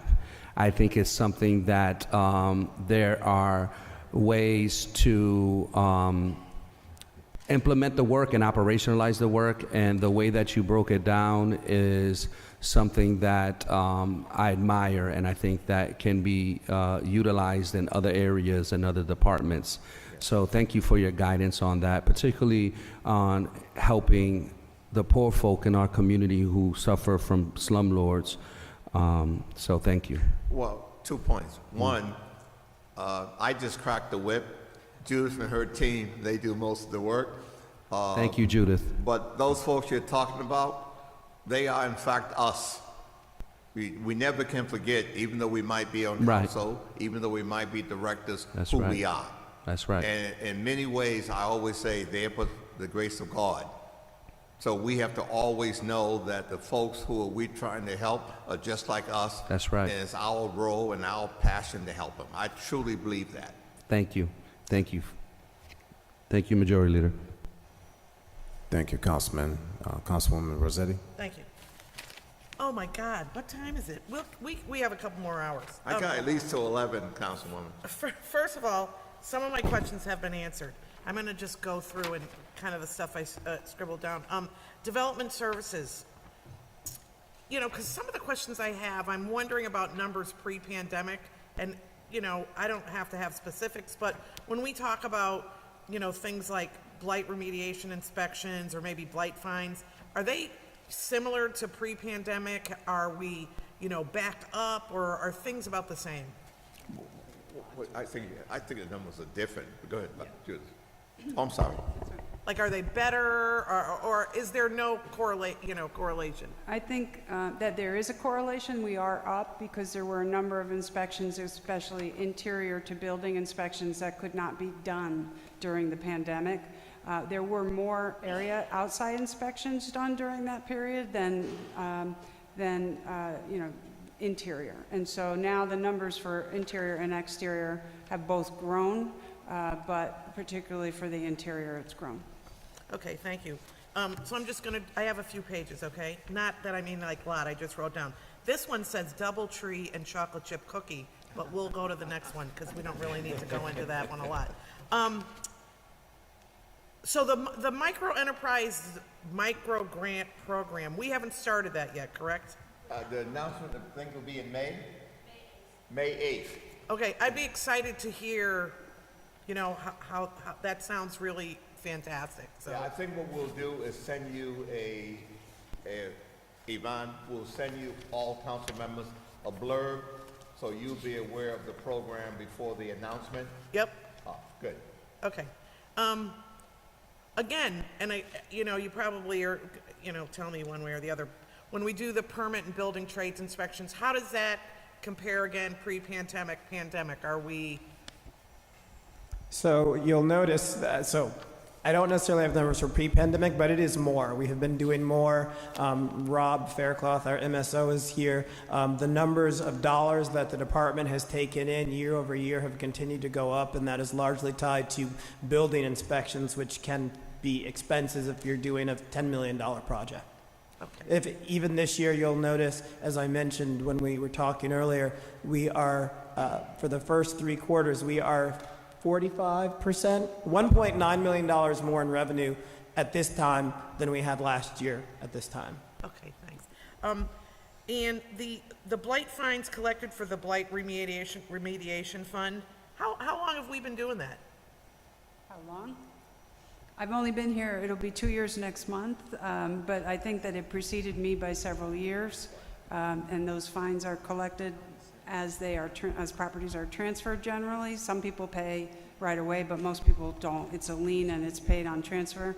And so it's been several years now, but it has, 2017 I'm being told, but it is increasing because we are being more aggressive with implementation of funds. And that's what I hear, you're more aggressive about that, Yes. correct? Okay, I think I just have one more. Oh, 2 more, I lied. Not that I ever lie. What's under text amendments, what the hell is smoking places? Do you want to do that one? Sure. It's places where, like, hookah lounges, cigar shops, things of that nature. Okay. I'm trying to regulate them across the city. Okay, and who did this slide, by the way? I believe Grace Yee from our team developed that slide. I love it. I'm sorry, you say you love it? I love it. Oh, I'll tell you. Yeah, the little scooter, and it's really good. So I just want to end with the special events. First of all, kudos to you guys for everything that you do anyway. And then you do special events, which really kind of you think, how does that fit in with everything? I was the chair of First Night for many years, been involved with Nightfall, been on the, the St. Patrick's Day Parade, do Parks, Public Works, Recreation, Environment Committee. So with, just with Kyla, and this is monumental in the city. And, there was a time, and my colleague, Councilwoman Surgeon, will remember when, we passed a resolution 20-something years ago where we started charging people for these events. We used to let everybody do it for free. And everybody wanted 100 police officers at their event until we started saying, you got to pay for it. And then they were like, oh, we'll take 10. So that you do this, and we do it well, and people want to come into our city and do it, but want to complain about everything else, I give you kudos, because this is in itself a unique and kind of specialty. So if there's any way we can, or myself as a council person, add to what this needs, because I know how important this is for a city to have. With the, my council colleague asked, there's a lot of different diverse things we want to have, and we want people to come in the city, we want to enjoy it, we want to have them do it safe. We'd like to have more events, so, help us help you. Yes. And those are my questions. Thank you. If I may just add, thank you for bringing that up. Something to be prepared for with council. We are trying to revise the special events process to streamline it and make it a little bit easier, especially as the permit fees go. As you know, there's differences in costs and charges. And so we will be proposing probably a change in the fee structure. Doesn't mean it's going to actually necessarily change too much, but just to make it a little bit easier. And so we're working through that. We're making some changes. As you know, we have the Acela program that's coming out, so we have to make some changes on how we do that, but there will be a request coming to council. I can't say exactly when, probably in the next few months, probably starting for January 1st of next year, where you'll get to see more information. We can talk a little bit more about the special events process at that time. Just a quick note. We have had conversation with the chair of PEDH, and at, I think, the May 3rd meeting, Yvonne, Director of Small Business and Initiative, will be coming in and doing a detailed presentation on the Hot Lift program to give you an idea of who the beneficiaries of the Hot Lift program, what neighborhoods they're in, how much money we gave them, how did we help them, and you will find the breakdown between downtown that people may think and the neighborhoods are almost 50-50. And she'll also be talking about the small business investment program and also the micro grant program. So to the degree that you want to know a whole lot more detail about those programs, certainly the chair will send out a notice for you. What we're trying to do more this year, because we have had a number of announcements about programs we're trying to do, and sometimes we're not getting the word out to council as well as we should. And I've said to my directors, make sure we begin the process of sending announcements to the council members and their staff, so the council members, depending on your schedule, can decide that you want to attend or not attend. But my biggest, well, I wouldn't say fear, but my biggest disappointment is when we have a big announcement and then I don't have 9 council members, and then I wonder if we didn't get the word out. So we're going to try to do a much better job over the course of the next year, particularly because we're in that season, and being in your chair in the past, I get that, to send you as many notices as we can about what's occurring, so you can certainly come out and participate and say a few words and do what you do. I just wanted you to know we're going to do that. Thank you, Director Matthews. Councilman Gill. Thank you. I don't want to leave the Director of Housing out of this, so I've got a question for the Director of Housing. Okay. The Director of Housing? Oh. So, in looking at the grants, I see that we get a whopping $41 million every year for Section 8 housing. Correct. And I didn't hear any discussion about how that money is distributed. So I'm wondering, where is all of it? Does that 41 million just get turned over to the Hartford Housing Authority and Imagineers? How does that get distributed? Right. So interestingly enough, there are 2 housing authorities in the city of Hartford. The city of Hartford operates one housing authority legally, and we have vouchers. Then there's a housing authority that's run by Annette Sanderson. And so our program, it's just a voucher program. Annette's program, they have vouchers and public housing. So we have a $41 million program. It's all vouchers. Now, within that $41 million, there's a portion for admin to pay salaries, benefits, but most of that money is to pay for actual vouchers for real people that need those subsidies to afford housing.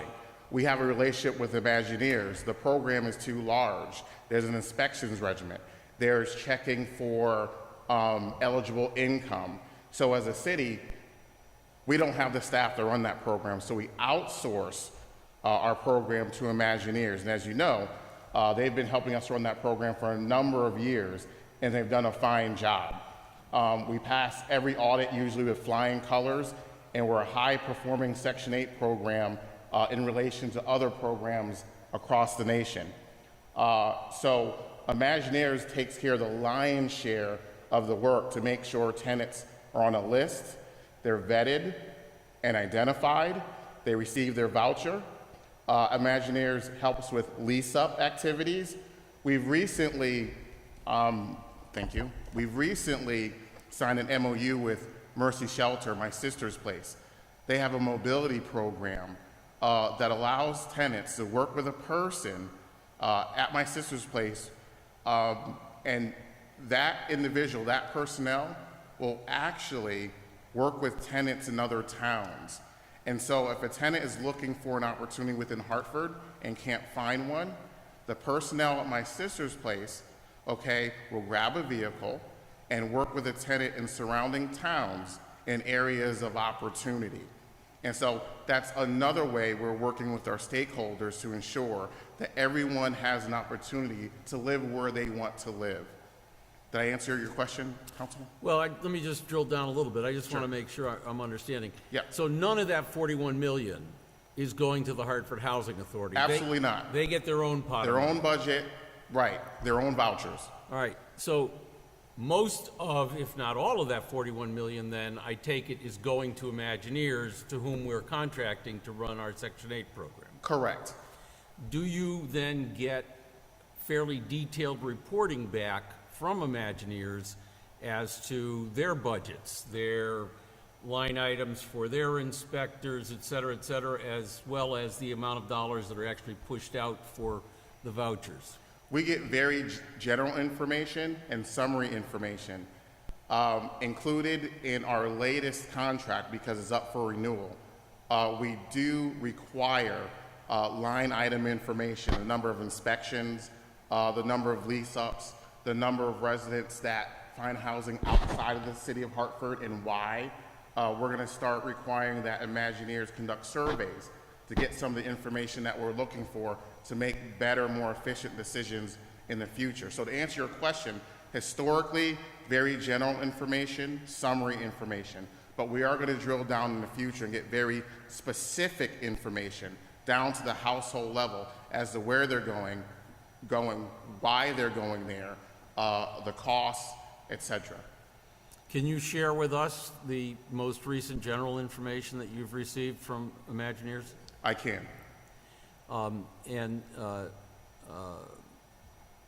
Last question along that line. Do they have any federal reporting requirements that are different from their requirements that they report to the city? They do. They do. What are those requirements? On a quarterly basis, there's a federal system that they have to sign into and input data. Again, lease information, the number of households helped, the number of vouchers issued. At the moment, we don't have access to that. That's also part of the agreement that we're putting together.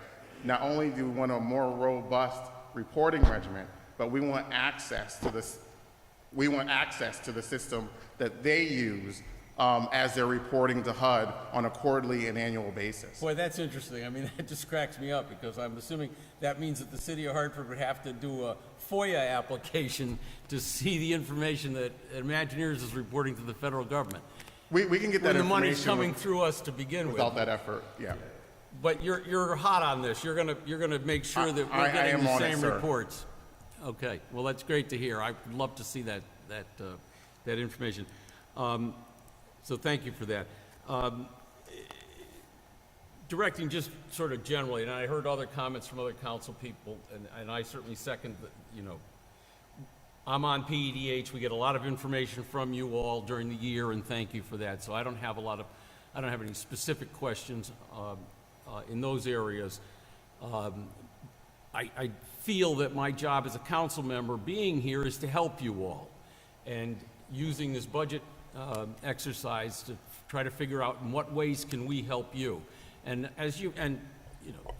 you've said it, I've said it before. We view your department as key to expanding the grand list in the city, key to development, key to so many things that go on here. And so it's very discouraging to me at times to see 4 vacancies in the planning side of it, and now I see 4 vacancies on the building inspections side of it, and I'm painfully aware that this affects us out in the marketplace.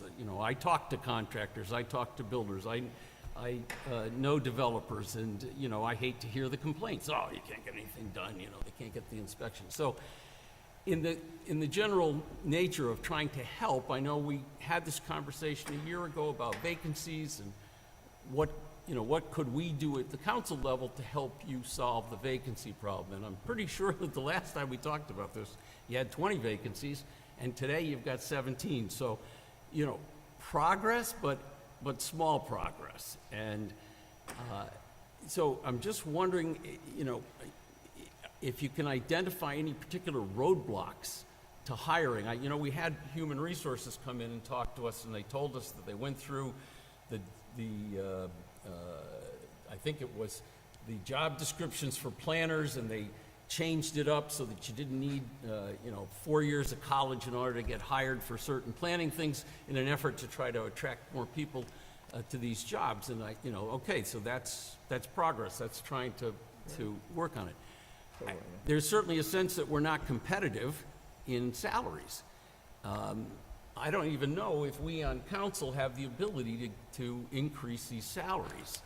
If we could just say to you, we want, a 5% increase across the board for building inspectors. Do we have that ability to give you the money to be able to do that? I mean, we can't have all these projects that you talk about and then not have the building inspectors to go out and inspect them.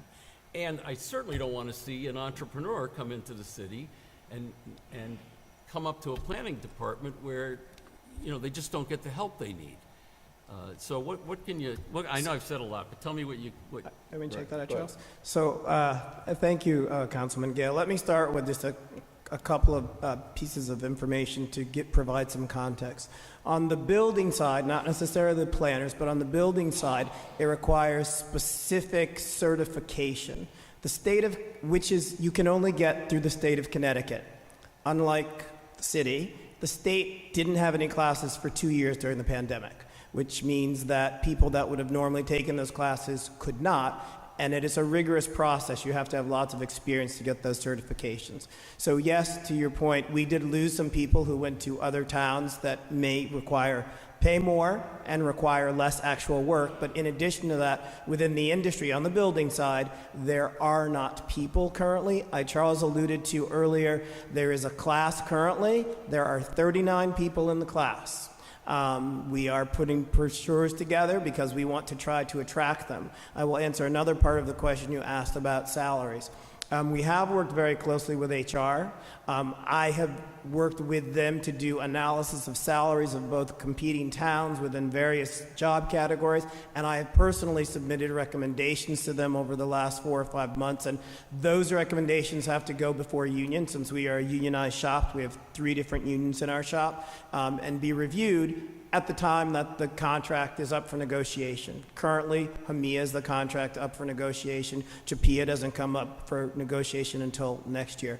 On the planning side, yes, we did change some of the requirements, but these are specialized functions that require either a specific type of degree or a specific type of experience. Just 1.5 years ago, we actually changed. I worked with our prior planning director, Amy Chambers, and we actually added junior planners. We have 2 junior planners now because there were people. We had 12 applicants at the time 1 year ago. So we have been trying to think outside of the box, and to your point, Councilman LeBron, I know that HR has been trying to use tools that they didn't necessarily have 6 months ago, whether it's more how they put stuff out into the market. But I just think we're in a very challenging time at this moment, specific to those 2 positions in particular. And as Charles said, and we've all alluded to, there is a lot of work. It is a lot of work. As Councilwoman Surgeon mentioned, she had come to one of our events. We try to treat our people very well. We know who they are. We know what they do, but that does not change the fact that we are in a shop that is very busy. Let me give you an example. We think we have the world record. We once very actively recruit a young lady from another town, and we brought her in here, and she came in on a Monday, and she hung around all day Monday, and Tuesday morning she walked in my office and said, "I am so out of here. This place is too intense." And she left after 1 day. And sometimes it's just, folks, we do a lot of work. Look at these numbers. And while we try to have fun, you probably know we have a lot of parties. We don't want to be known as a party department, obviously, but we have a lot of parties and Clearly, I do not know about these parties. I don't know about the parties. If you want to invite us, Yeah, to I stuff, maybe mean- it's the parties. I told Councilperson Surgeon to invite you all. Oh, okay. Okay. But we do that because we want to keep morale up. And my notion is, if you work folks hard, you got to find ways to give them some relief. So we try all the things we can to keep morale up. by the end of the day, Aaron will tell you we have a lot of young folks working, and sometimes young folks just need, as they say, work-life balance. Now, most of my life, I couldn't spell work-life balance, but now, being here, I have to understand work-life balance, and we try to give our folks work-life balance. It's just a challenging time to hire folks right now, and we're doing the best we can. And I'll say again, the folks we have on board, although we're down 17 people, they put in hours and they make things happen. Sometimes I shake my head, they work so hard. But we're doing the best we can, and it'll get better, I hope. And we certainly appreciate that. As I said, I'm here to help. I want you to, I don't want you to be burning the candle at all ends. I want that life balance for all of you because I want you all to stay. To your point, Mr. Davis, as you were talking, I'm reflecting back. Just over the course of the last 12 months, there have been 2 occasions when council did approve pay increases in the middle of a union contract. Yep. So we don't have to wait till the end of a contract in all situations. It seems like it would be a foolish union that turned down pay increases during the middle of the contract if we could come up with them. So we'll put our heads together and see if we can do some thinking along those lines. And just so we're clear, we have met that need. We lost 3 ABOs, assistant building officials, and we found out they went to other towns in the region and got paid more money. We had meeting with HR, had meet with the mayor, had meet with the COO, and we raised the salary so we would be more competitive. We did the same thing with our housing code inspectors. The council insisted on moving from 5 to 13. Now that we have them, we're not competitive. So we put together an agreement with the union and the mayor's office and the council, and we're raising those salaries. We're trying, when we find out we have discrepancies in pay, whether it's with the state or other towns, to meet that challenge. You should also know every town in the region understands that we have the best people. So when they get ready to hire folks, they come snooping around DDS and the city of Hartford to steal folks, and they may even offer them more money, obviously, in order to recruit them away. So we're very aware of that, and we try to work as closely as we can with our people to make sure they understand that we're fully prepared to address any needs they may have, whether it's flex time, whether it's working from home on occasions. I can't spell working at home either. Working at home, or whether there's some other issue that might make them able to do their job better. So we try to address all those issues, but still, it'll probably be a while before the whole market, not just in this region, but nationwide, sort out where people will be more available to take some of these jobs we have. Last clarification, if I may, Mr. Chair. Just so I'm clear, Director, did you just say that we should actually be anticipating receiving changes to those union contracts to increase those pay scales in several categories? Do you want me to answer that one? What? Go ahead. So I want to clarify what I said. So HMIA is a negotiation, so their union is their normal process. There may be a few specific job categories that you may be receiving that we have discussed. Yeah. So we don't know. It's been discussed, but it's not like it's firm. It's coming back to us with a change in the union contract at this point. Good.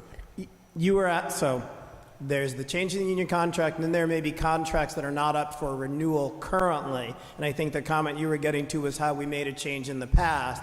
And what I was saying, there may be a couple of those for a union that is not currently in negotiations that you may receive. Thank you.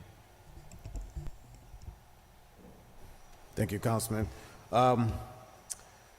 Looking at the budget and presentation, in the budget, I see that the marketing and special events manager is tucked away under development services.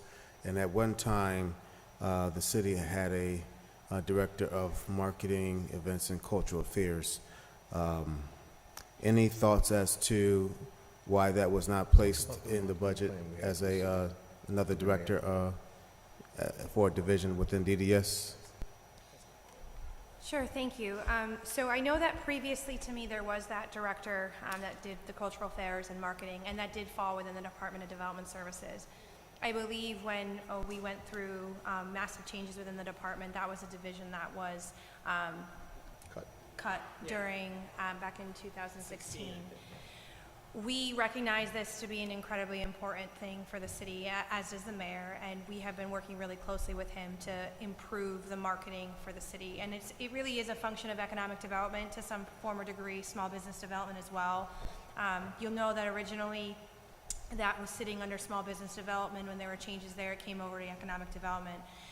Our marketing strategy, we are the capital city, and we do have a lot of others that like to market the city, and so it's working with a lot of our partners, working with other entities, really making sure the message of Hartford goes out, and that's what we've been doing. So the policy side of it for marketing really does fall under the economic development team. Kyla Hudson has been amazing. I think you all know her pretty well from special events. She has a marketing background.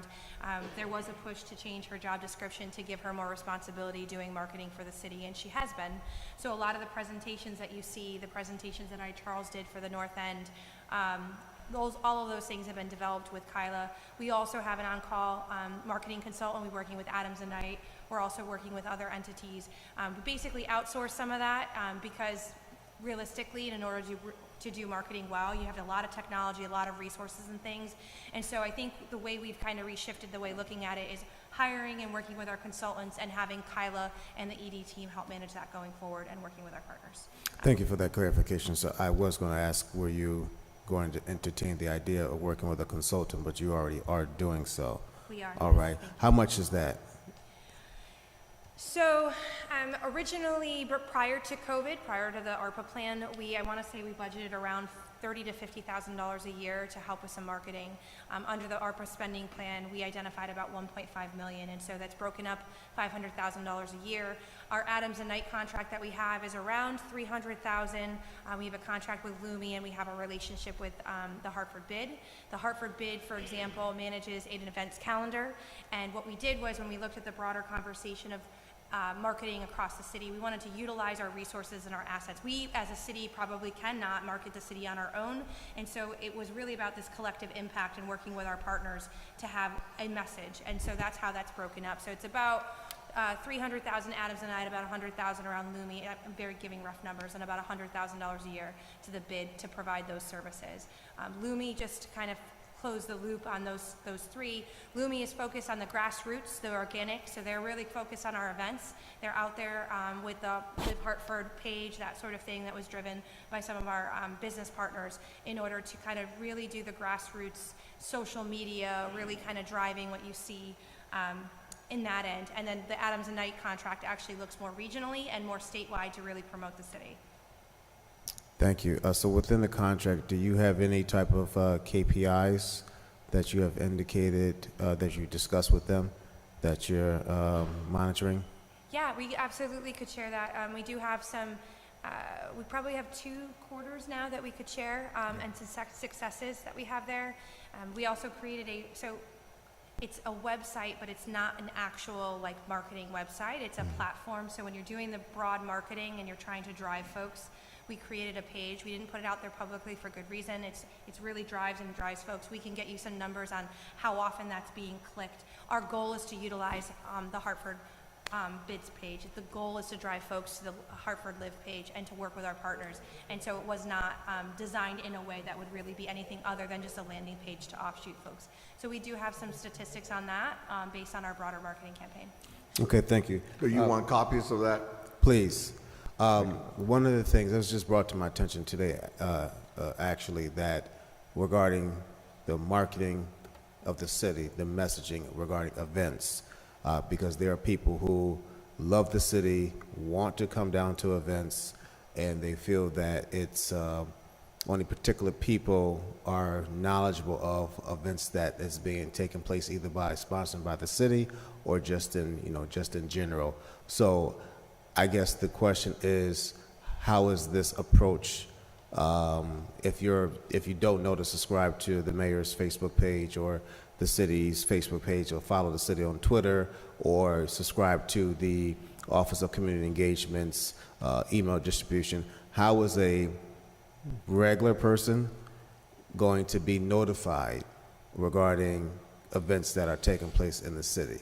Sure. So a couple things. Just to clarify, there's a difference between a marketing campaign and an overall marketing messaging for the city. So what I shared with you under the 1.5 is that broader overall marketing messaging for the city.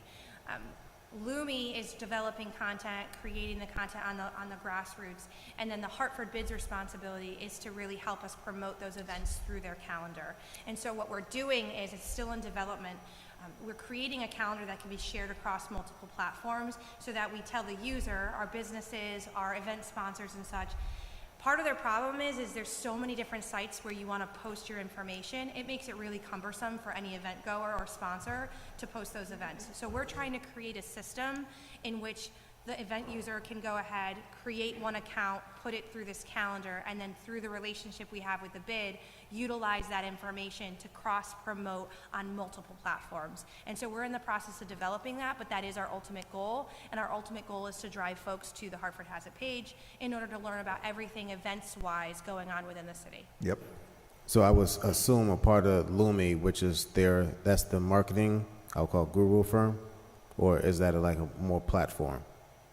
The Lumi engagement is working off of the Hartford Live page, but what they're primarily doing for us is creating a lot of grassroots content. So one of the challenges prior to COVID, I'm sorry? I'm sorry, I was going to ask you this. You can finish. I'll ask you a follow-up. Sure.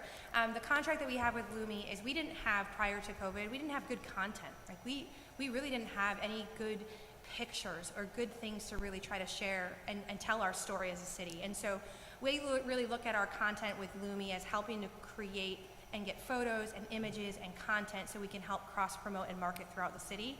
And we utilize that information in marketing campaigns, whether it may be through Adams and Night, whether it's when we're trying to attract businesses and such. It's really trying to help us build that content. So that's the information you're seeing there. And then the bid, like I said, is mostly the events. So, clarifying question is, the Lumi is who? Lumi Agency. Lumi. I'm sorry. Okay. Loomey? Lumi. Okay. Agency. Yeah. They're a partner. They're a local business, women-owned business. They're on Trumbull Street. Yep. Okay. Now, yep. They help us with the Domingo project as well. The Domingo, they're just a consultant that actually works closely with the Hartford Live page and other areas. And like I said, because they're grassroots, we engage them to help us build the content that we can use for future marketing efforts. Okay. So I assume that they are probably put a part of their platform is putting messaging out on the regular, I will say the more popular social media channels. A lot of social media. Okay. Very much so, social media driven, and the Hartford Live website. Okay. Okay, great. Yes, sir. Your questions are very good questions. And one of the problems we have with putting this deck together with this staff is if I allowed them, this deck would be 500 pages because believe it or not, when you start thinking about all the activities you have in DDS, there's so many of them, but at the same time, respecting your time, when I thought about the marketing, I thought we could pull that out because quite honestly, I didn't think we have any questions on it, but that was a good question. Next time round, we'll make sure we put some marketing questions in the deck. Please. To deal with that issue. Please, I have a marketing background, so it's always... Oh, I didn't know that. Yes, Okay. sir, yeah. That's always good, as I always say that we are advocates for you all and to help promote services in the city, so I think and that's why when you communication's look key. at special events, you probably sense this year over last year, we probably have twice as many, maybe 3 times as many, because once we got out of COVID, it was our position, the mayor's position, that we wanted to invite people back to the city. So the best way to do that, you guys alluded to it, is to have special events so people can come back to the city, come back home, so to speak. There's nothing going on in other towns. This is where all the excitement is. But that's the story we're trying to tell, nevertheless. Have you, and I didn't notice this in the presentation, your predecessor, maybe 2 directors ago, Jamie Brad had provided one time, I think it was during the budget presentation, for our inventory of downtown for rental offices and what that cost was to the property owners for vacant office leases. Do you have an inventory as to the vacant office space We can get that from that's the now in downtown? Yeah, we can get that from the chamber. They have a staff person that calculate the amount of vacancies downtown in the various towers. So I can reach out to the chamber personnel and they have that list. Okay, that's good, because I'm just concerned about how the businesses are now moving towards more of a hybrid, and I know the mayor has pushed for businesses to have their employees back in the office downtown, but there's still a vacancy, in vacant presence rather, as far as businesses. Just interested to see, because I know that will drive revenue and economic development downtown. The problem appeared to be a couple of things. One, it's like I always say, you can't put the genie back in the bottle. Yeah. And you can't put toothpaste back in the tube. And the problem is, now that people had this taste of working from home, they don't want to come back to work. So employers are stuck with the problem that if you force an employee to come back to work, he or she, because the labor market is so tight, may choose to go somewhere else. If you look at the Wall Street Journal, our paper, Google, Apple, all these big companies are having the same problem. They're trying to bring people back, and folks don't want to come back. So most of the companies, at least in this area, are doing the hybrid. You know, half of folks are working at home, half the folks come in the office a couple of days a week. And the mayor's been pushing many of the CEOs of the major corporations that bring their people back. But to my knowledge, at this point, even the state has not fully returned. That's right. So we got that issue too, and they will say to us, well, why beat up on us, Matthews? What about the state? So that's a problem we have too. And the downtown business will tell you that's hurting their ability to increase their cash flow. So we don't have enough foot traffic. But by the same token, very quickly, all the rental units downtown are renting very well. You know, all the towers where they convert to residential, they have near or close to capacity. People are just renting them. Many of those people, as I understand it, are coming from New York, Philadelphia, and Boston. Many of them are young folks who realize since they're working from home, they can work from home here and pay less than rent. So that's occurring too. So it's a two-edged sword. You were going to say something? No? Oh, he said it all. Okay. Regarding the special events too, do you keep an inventory as to per event how much cost that is to the city based upon all these? I mean, the list is growing, and also as to revenue that's brought in to the city by way of these events. Do you keep inventory of that? We do. Okay.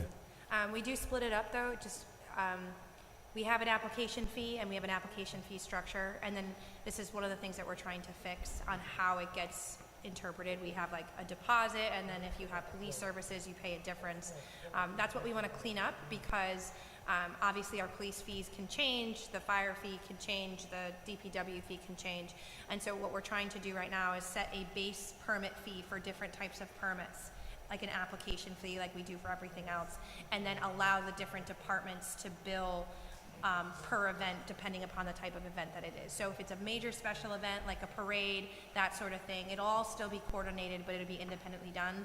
But as of right now, I can give you, generally speaking, for every single event, we do bill them. We do have invoices, and we can tell you what those numbers have looked like for the last few years. Okay. I love your special events process, always has. It's very thorough. Anytime I participated, you always have a good, well-rounded team there, and they get right to the point. So kudos to your team, and looking forward to what that new process and fee schedule would look like. I just got a couple more questions. For LNI, do you have a standard turnaround time for a person that's submitting their plans for a business 30 days. under the plan review? Good, 30 days. Yeah, because for buildings, it's 30 days. Okay. Yeah. once they've submitted a completed application and all of the information that we require in order to do the inspection. Is there a criteria for a certain type of building? So like versus like commercial, residential, convenience store, package store, are there categories? Yes, it's both the building, but also the use of the building will determine who needs to review it outside of the building plans reviewers. Things may need to go to planning and be reviewed first. They may need to go to health. For instance, you mentioned a restaurant, whether or not there's a liquor license or not. So when permit applications come in, they may indeed be ferreted out to other divisions as well, and then our building team they work to get that information back, but the developer or contractor needs to submit the information in order for them to make the right determinations and go to the next step. And I understand that they need to have a completed application. Are they told, based upon the completed application, that type of application, how long? I know you mentioned 30 days, but does it vary per application? Well, it may vary in how quickly we can schedule. Again, the point that Randall made is sometimes it might have to go to planning to do a site review. Sometimes it might have to go to buildings. Sometimes it might have to go to fire. And sometimes the plan examiner will send the contractor or the applicant a list of questions. And since many of our contractors or applicants are super busy, they may not respond to the questions for a couple of weeks. So that slows the process down too. Our goal is to try to do it within 30 plus days or so. But honestly, given our staffing issues, it might take a bit longer. And we do have to coordinate this thing with fire and everyone else. We can do a better job coordinating internally within DDS if it's buildings or if it's planning, but if it goes over to fire, they have a whole different schedule they're working. So we try to do the best we can because we fully appreciate with developers, time is money. And the quicker we can turn these things around, the better they will be, and the fewer calls they'll make to you and to the mayor. Okay, and they're able to check the status of this on the online portal? But the new portal, correct? Yes, they are. And that's updated in real time? Yes. Yes. How many people monitor or have access to input the status? Sure. So the new Acela platform is set up in such a way that once the applicant submits their permit application and they put the owner information and the applicant information, as soon as it moves through the workflow within the Acela, they will get a notification as it moves through certain things in the workflow. The system is set up that if there's additional information needed or they're waiting on certain things, a lot of the times, to be fair with the building permit, you can't really issue a building permit if there's mechanicals that are tied to the development. And what we've been seeing really is that you have a primary contractor and a bunch of subcontractors with their MEPs. They're not all coming in together at the same time, so that window continues to fluctuate. The Acela program helps us with that because we have the ability to make, in real time, make those direct connections with the applicant when those things are happening. But I think to Charles's point, which is really important, is that it's not you can just submit your plans and you're going to get an approval in 3 days or 30 days or whatever it may be. At the end of the day, when it especially comes to building code, fire code, health code, you are dealing with regulatory requirements and building code, international building code, and so there's a significant amount of plan review that has to happen. And if there are questions, at the end of the day, it is a responsibility of the city to make sure that those plans are consistent and are frankly safe. And so some of that review, while it may look like 30 days, it doesn't mean nothing's happening. It's mean there's some back and forth going on between the contractor, the architect, and such in order to get the information needed in order for us to issue the permit. And just for clarity, your question was directly specific to the building permit side. The whole development process, there are different stages within that. From the planning and zoning perspective, we look at the use itself, which starts with us. Depending upon the different type of application, we have anywhere between 60 administratively, 60 to 65 days if it's an administrative application to respond statutorily, and then if it requires a planning and zoning special permit, a variance, things of that nature, we do have state statutory timelines that can take up to anywhere close to 3 months in order to get those approvals in place. But it would start with planning, and then once you have planning approval, it would go to the building department. And to Charles's point, it's tied to fire and health and others before they can actually issue that permit. Okay, thank you. My last question, what's on your wish list? How many more staff do you need? No, I think if we can fill our vacancies, you know my answer. If we can fill our vacancies, we'll be okay for the present. It depends on the body of work. Right now, given our body of work, I truly believe this. If we can fill those vacancies, we can keep this ball moving down the field. And that's what we're trying to do. So you don't need any more staff? I think it's hard to say until we fill these vacancies. Okay, all right. You'll go that route, okay. That's a good political answer. And you gave us 3 additional staff people, keep in mind. Yeah, I know. Listen, I'm your biggest fan. I'm trying to help you here. All right. Majority Leader, just one. It's time to go. How many, the marketing and communications department that was cut in 2015, how many staff did it have? One. So we cut a staff of 1. There was 2. It was 2. There was 2. So we cut a staff of 2 and now are investing 300. So we cut the department and now we're paying $300,000 to replace those 2 people? Would that be fair to say? No. I think No. that would be a hard comparison Okay. to make. We cut a significant portion of economic development. When I started, I was 1, and then started hiring back up. And so trying to prioritize what's going on, I think that would be a hard comparison. From what I can gather, there's a different type of subject matter expert that they are contracting with versus what the MECA department was actually doing. Correct. And so there's more resources which these firms versus which was handled internally. Thank you very much for your presentation. Tomorrow we're going to have Emergency Services and Technology, and they're already leaving before I can adjourn, and the Department of Public Works. Good job. Have a good evening.